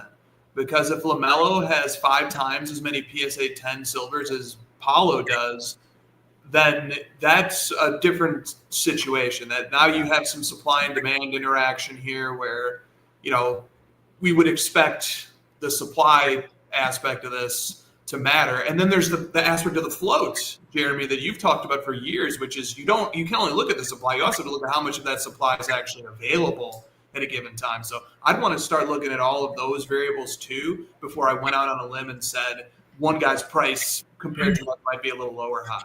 Yeah, you're right. There is some other information that would be helpful. So Ben, for a suggestion for you would be, and Card Ladder supplies this data, but we have card price.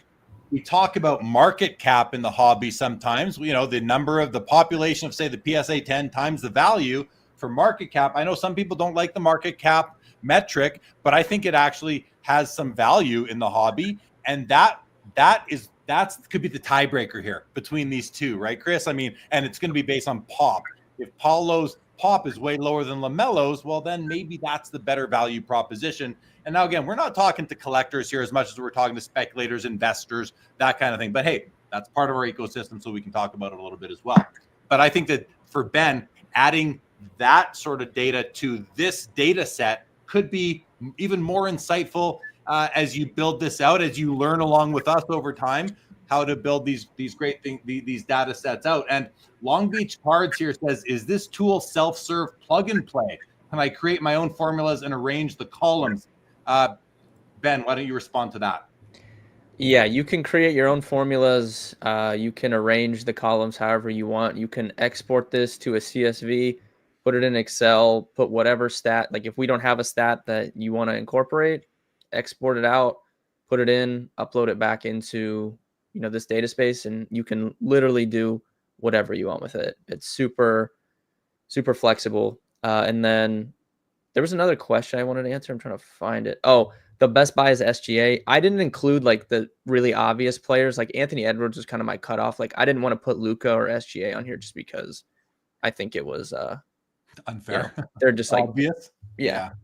Which I saw Josh Giddey Collectors posted or comment as well, and I thought, yeah, why isn't he on there? So thanks for catching that one yourself. Guys, anything else you want to talk about on this data set? Because we are coming up to the 3-hour mark, and I wanted to get to Chris's other question before we wrap up. So, Ben, just real quick, I if memory serves, I think LaMelo Ball does have a quality control issue in his Prism silver, and so there may be a dearth of PSA 10s, which I don't know if there's a way. I'd imagine it's pretty simple, but I'm not a math guy. But to actually incorporate pop counts for the cards that you're using as the marker for card price and sort of have a relative reckoning, if you will, to balance out the numbers available. Yeah, we can definitely add pop count and some other stuff into this. That's something I'll look into doing. I want to add some more players too. I know Bob Boozle asked, do I have 11 through 20? I don't, just because I just collected 10 players that I thought were good young players just for an experiment. But I mean, I can build this out to include 50 to 100. There might be players that rank high that I never would have thought, would be on the list. I have no idea. So that's another experiment we can do moving forward. And yeah, I appreciate the feedback. If there's any players that you guys want to see or sports, you can just reach out to Jeremy or me. Maybe we can do a poll or something. But I'm definitely open to running some more experiments. And guys, give Ben a follow on Instagram at Ben Hossler. As you can see, you can also follow Rolling Insights at Rolling Insights and see what they're up to as they continue to make, inroads into our hobby that we hold so dear. Great comments from everybody. Thank you for all of those. Okay, let's switch directions again as we wrap up the night and go to you, Chris, for your second topic that you may have already workshopped with Joe. So Joe has a bit of an advantage here, guys. Let's see what let's see what they come up with now. No, Joe workshopped the first one. Okay. Linear versus circular. This one is fresh after Aoife's pitch's appearance tonight, which got me thinking about this. I can't help but listen to hobby content and just think about how it impacts my own hobby experience. It's just the way. It's your circular approach to hobby content. It is, and when I hear something really interesting, I just think about what does this mean to me? How does this, I think we all have that on some level, but I try to be really direct about it and try and figure out where my mind is trying to take it. And so the thing that jumped out to me right away, he was discussing a poll that he ran, and he had something like a third of the respondents, 1,000 respondents said that they had contemplated leaving the hobby when he ran the poll. And then he was sort of walking through some of the reasoning that people were providing him on an anecdotal basis, such as the rampant shill bidding and all the other crap that we deal with. And it just got me thinking, have I ever thought about leaving the hobby? And hey, just because I've thought about it, or if anybody's thought about it, that doesn't mean that they were going to. I'm sure we've all, maybe when we were college students, we thought about changing majors once or twice or three times, or maybe we thought about dropping out, or maybe we thought about changing jobs, or maybe we have changed jobs. But just because you think about it or entertain the idea, or if the idea has crept into my mind, that doesn't mean that I was ever going to do it. But I was just curious if like a third of his respondents, if any of the four of us in recent memory maybe had ever thought about leaving the hobby, because I definitely left it once. I left it when I was about 12, when being a teenager took over, and I didn't come back. I left probably around 1997, 1998, and I didn't come back until 2016. So, but I don't really consider that a leaving. I wasn't exactly storming, ruminating about shill bidding on eBay at that time or anything. But now I'm thinking about today, maybe in the last 5 years, have any of us entertained the idea of leaving the hobby? And if we did entertain it, why? What was the source? What was the cause of it? That's my final question I pose. It's a good question. It's a good question. And, for myself, I've thought about it just for the mental exercise of it. I've never seriously or even close to seriously contemplated. The hobby is literally my life. It's like the song says, it's a lifestyle. It's my lifestyle as much as eating food is. I know one sustenance, one I can get by without, but yeah, it's crossed my mind more just to put myself through the mental process of it's more like dreading it. If I had to quit the hobby for some reason, if I was forced to, what would my life look like? Gotta tell you, I got my family, but other than that, I think my life would be pretty empty. I literally don't know what I would do. I don't have any other hobbies that are even close to this, even close. If this is 100, I have a couple ones and twos. I have 100 slots to fill. I might be able to fill 4 or 5 if I had to give up the hobby. So I've thought about it, but only to what would life look like versus at all being thinking, oh, I might do it. I've never thought I might do it. I've slowed down. Second half of the 90s, I slowed down, but it was never out of my mind. It was never something that I was like, oh, I got to sell my collection. I've never, ever thought about selling my collection. I've sold chunks of it. Well, once. So, and I'm always, I always give myself permission to find new cards that I love and maybe fall out of love with cards. That happens regularly. That's part of the circular nature or the recyclability nature of it, But no, Chris, I've never seriously given any thought to it myself. I literally think my life would be empty without it. And then what do I given up all you guys, all my friends too? Like, because you're part and parcel, right? I'm not, because what we have in common, Chris and Joe, and Ben, so, only because you're on the screen, but Ben, not as much you.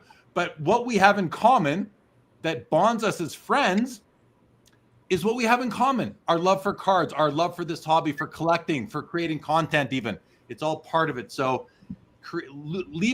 quitting the hobby would be more than just stopping collecting cards. I would lose my community. I don't mean the SCL community. I mean my relationships. I would lose that.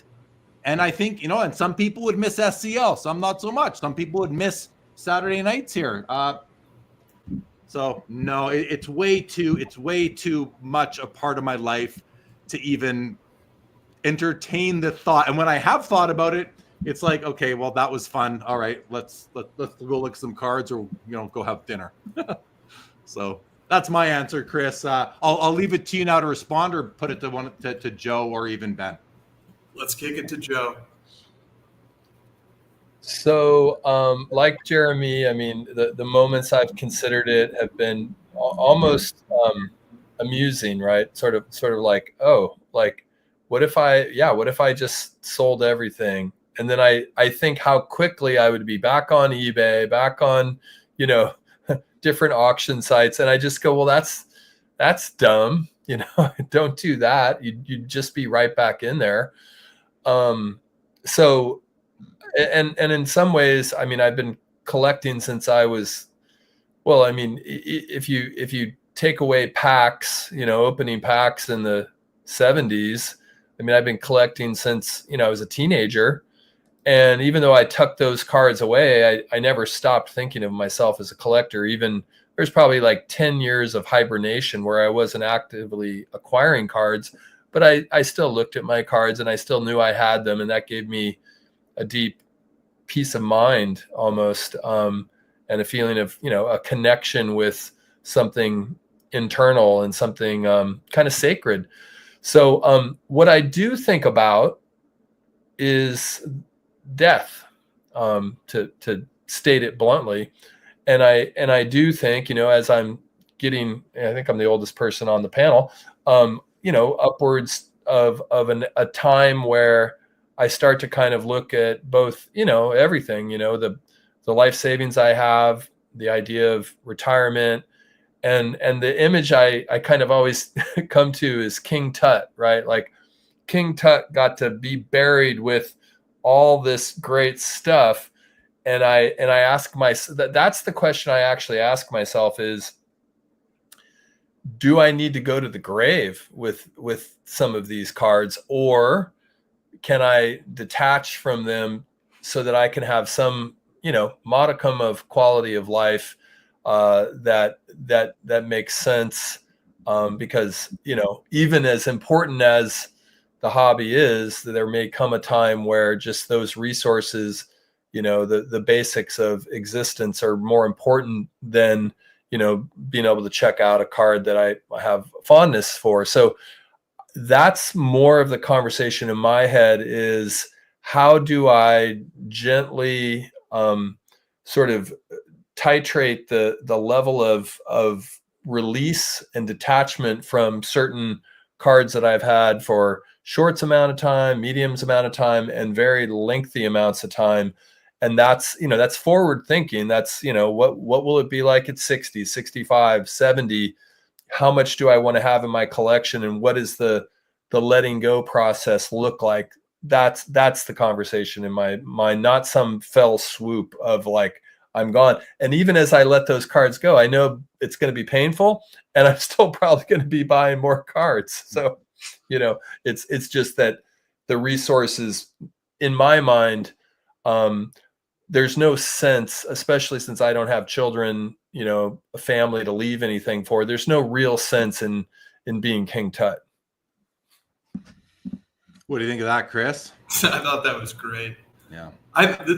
Let me pass the mic to Ben and allow him to say if he's thought of leaving the hobby yet.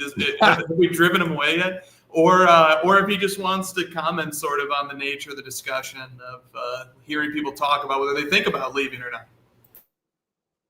I thought that was well said from Joe. I think for me, I'm the type of person, like when I start doing something, I just get obsessed with it for whatever amount of time. So you guys in the chat and Jeremy and Chris, Joe, you guys are stuck with me for a while at least, because when I dive in, I'm going to fully dive in. But I do think that's interesting when you talk about forward thinking, because I would say I'm a pretty forward thinking person, especially the industry that I work in. It's all surrounded by forward thinking. I'm trying to predict what's going to happen, whether it be in a game tonight or in the future. So, the stage I'm at in life is different than Joe. So I think for me, it would be like, hopefully one day, I have kids and I can share my love for this with them, and whether they're interested in it or not, that remains to be seen, but that's probably where I would be at. So in terms of thinking about leaving, not quite yet, Chris, but I can't predict the future, even though I try to. Yeah, it's good. I mean, we know people have left, and we know new people come in, and we know people sometimes leave, and then they come back, and then they leave again, and then they come back, and everybody has a different hobby experience. I think this is a really vulnerable topic because it would be really easy to sort of be the cool guy and say, I don't care about the hobby. I might quit tomorrow, and I don't care. But that just, I would be lying if I took that approach as well. When I rediscovered collecting in 2016, I spent 2 weeks of just sitting on the floor, sorting and organizing all my childhood cards as if I was 8 years old again. I mean, it must have been the most ridiculous looking thing. It just must have been completely laughable. But the way it completely engaged me, it never left, the grip never let go. It only strengthens. But I do wish that sometimes I wish I could go back and recapture the magic, that very first sense of rediscovering cards and just thinking about it for the first time again in a long time. You can never really recapture that. You can't really ever recapture the thrill of winning your first auction and so on and so forth. It'd be great if you could go back and live that over again, but no, the grip has been too strong. And then my final thought on this is hearing us talk about it and all the passion and just sort of how we are really like mentally lifers, and we're just so passionate about it. I mean, this is honestly why, I don't mean to put a downer on it, but this is why so much BS is allowed to happen, is because we're so passionate about it. We like it so much that the amount of garbage that people are able to get away with, and we just will look the other way, or we'll say, you know what, that stinks, but I still love cards so much that I'm not just going to leave. The amount of nonsense it would take to push me away from cards, it's hard to fathom how much it would be. I'm sure I have a breaking point. I'm sure we all do. But I think that's one of the reasons why we actually have such a high quota of nonsense and just nefarious actors, is because they're preying on how much we love this hobby and how passionate we are about it and how hard it would be to push us away no matter how much nonsense that they put us through. So it's delicate. That's the flip side of the coin of being so passionate about something, is that it creates a space for people to take advantage. It's a good point. I mean, because there's a lot of nonsense, so many bad actors out there. And, as lifers, to keep on gaining satisfaction from this hobby, which I know I gain like 24/7, we need to find ways to slalom around the nonsense, navigate our way through so that we can still enjoy it without being too impacted by the things we don't like, whatever they are for each of us.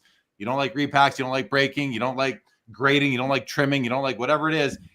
We have to navigate our way around that. And it's going to be easy to navigate around some things for a guy like me who doesn't buy repacks or breaks, but harder to navigate around, say, trimmed cards, because I like vintage, So we do our best.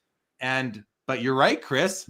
I mean, even if I were to find out that every vintage card I own is trimmed, and I'm sure I have trimmed cards, slabbed or not. I mean, just like I got fake patch cards in my collection too, I'm sure that I don't know about.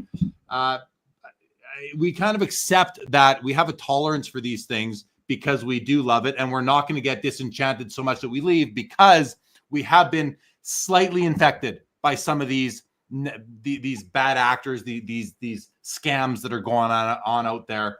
So you're right. We are, in a way, maybe we're somewhat suckers for punishment, but we can mitigate that by navigating each of our paths through the path that presents us with the fewest opportunities to feel like we're being taken advantage of, scammed, and those types of things. So great. Wow. Great discussion. Wow. That's interesting stuff. Go, Joe.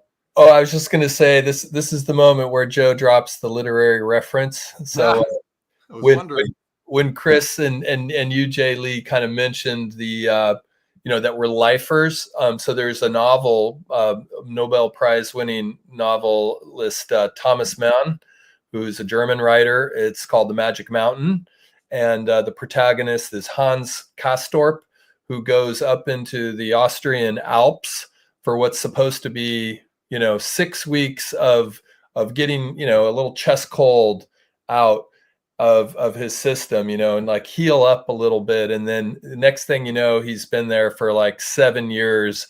And it's this existential question of just kind of being, it's right between World War I and World War II as well. So there's like a historical context of retreating from the world and kind of being in your own space and healing, and whether you're ever done, And so anyway, I was thinking about The Magic Mountain as a 600-page, 700-page novel if you've got, a spare weekend or 50. Justin Bode here says the hobby is always there to pick you up in very bad times in regular life. Very valuable. And I mean, it is a place for that, right? It is a place to escape from everything that bothers you or stresses you out, whether it's your job, your family, your whatever situation. Very interesting there. Nuba says, hang on, there's people that like trim cards. I don't know where you got that from, but welcome to the show, Nuba. Good to see you here. Andrew, is it really an SCL stream until Joe? It really isn't an SCL stream until Joe drops his soliloquies, for sure. Christina's PC says, Joe just gave us all our reading assignment. I'm here for Joe's book club. Yeah, right on, guys. And girls, and girls, of course. I wanted to just read a couple comments that came in about the leaving collecting discussion from the chat, if I may. And we'll start here with Michael, who is Linda's first son. He says, I've never fully left, but I do have times where I'm more involved and times where I'm less involved. Totally fair, right? Of course. Ron Fig says, a wise man can entertain two opposing ideas without believing in either one. Okay, I forget why I had that one. I think that was for another reason, but Ron, good to see you. Hobby Champ says, I've been in the hobby since 1990. I've had lulls, but I've never left once. Jay Giuliano says, I have thought about it. First would be tough because of the number of cards I own. Second, even if I sold off everything, a good follow-up question would be, would I return? And the answer is yes. And I think one of you just mentioned that as well. Nick Chen says, great show. The hobby is my release and my relaxation. Totally. And Bob Boozle says, Jeremy Lee should become a chat room keyboard warrior like me. Maybe in my retirement, Bob. Maybe my retirement. Hobby Champ says, I love the hobby. I feel like I'd be incredibly bored without it. I have many other things I'm into as well, but cards are my number one. Well, same page as you there, Hobby Champs. Michael H says, good to know there are other people who love it for the community of it. I thought, Michael H, you were leaving. I said goodbye to you a few minutes ago, but welcome back. Hey, his SCL experience is circular, Michael H, because he said goodnight to us earlier. Justin Bowe, don't worry. I ain't quitting on you, buddy. I ain't quitting. Carlo here says the hobby has a way of taking over your life. Yes, it does. Andrew Deutsch says SCL greater than SNL. We'll take it. Hobby Champs, this is a good question, but not for tonight, Hobby Champs. But maybe, Chris, add this to your arsenal because this is a great question as well, if you don't mind. I think we can talk about that on the future episode. And Andrew says either the hobby dies or you die before it. Chris, put that on a card ladder t-shirt right there. Either the hobby dies or you die before it. Okay, I think that's the end of what I have checked off for that discussion. So thanks for the comments, guys. Okay, we're going to wrap up. Can I say one thing? Just Ben, while we got you here, Hoj and I both we follow the NFL free agency, and I'm sure you do too. So maybe just as a special request, the next time you're on, I would love to sort of grok or process or calibrate any of the moves that have emerged and might emerge in the next couple weeks. On like, for instance, you mentioned Smith Najigba from the Seahawks being a receiver, and I've got my eye on him too. And now DK Metcalf left, and I believe Stafford came into that quarterback situation. The Seahawks, Geno left. Like all these movements, if you can make any predictive, assessments of what you see happening in free agency, how's Cooper Kupp going to do on that team? I'd be real curious. So that's just a little special request to maybe bring the next time we see you. 100% can do that. Yeah, I think that'd be a good conversation too, fitting with free agency and then the draft coming up as well. Right on. Good. HB says, let Joe cook. We do here. Joe is here to cook. He's the chef. He's what did I call you earlier today? Beater Joe, because he likes his vintage beaters. Maybe he's Chef Joe. Maybe it's Chef the only way I can get into a T206 Cobb. It's got to have like a messed up back or a pinhole. Right on. Thank you, Mark Santucci. Later peeps. He says later peeps. Later hobby champs. Thanks for coming on into the chat tonight. Thanks everybody for coming into the chat tonight. Mark Santucci, good to see you. Linda's first, another great Saturday night in SCLN. Thanks, Jeremy, Joe, and all the guests. Chat rocks. Thank you, Michael. Appreciate that. Thank you, Robert Scott. Good to see you in the chat here at the end. Thank you, Laura. Laura, I think you popped in at the beginning and the end. I love it. Good to come in on the bookends there. By the way, quick announcement, everybody, and like breaking news, Bob Boozle has decided not to quit the hobby, I think to everyone's satisfaction. Right there. Thank you, Yankees fan. Another one in the books. You betcha. Thank you for joining us, guys. I think we're going to just wrap this up quick. Joe, thank you. Ben, thanks for coming on. Always fun to do kind of a, get into the data with you and talk about it and learn what's going on over there at Rolling Insights and the power of the platform. Chris, thank you for coming in and helping close down the show. Thank you, Andrew Deutsch. Appreciate it. Curmudgeon, good to see you, and thank you, as well as everybody else who's there. Guys, we're wrapping this up like right now. If you're still listening on podcast or YouTube, you can get this on all your podcast platforms, guys. Don't forget about that. Guys, we're going to do it. Okay, let's just get ready. You know what I'm about to do here, guys. Junk Wax Museum, thank you very much. Michael H., thank you. Guys, this episode of Sports Cards Live 2.0 for March the 15th, 2025 is now over. Come on, Ben. I'm off. I don't know if I've been on at the end. That way we gotta someone's gonna. Now I know for the next time. Okay. And as Christina says, over. Good night, everybody. Thank you for joining us. We will see you again next week. I will be back on the stream tomorrow night for the Fanatics All Sport Auctioning Watch Party. Good night, everybody. Have a great rest of your weekend.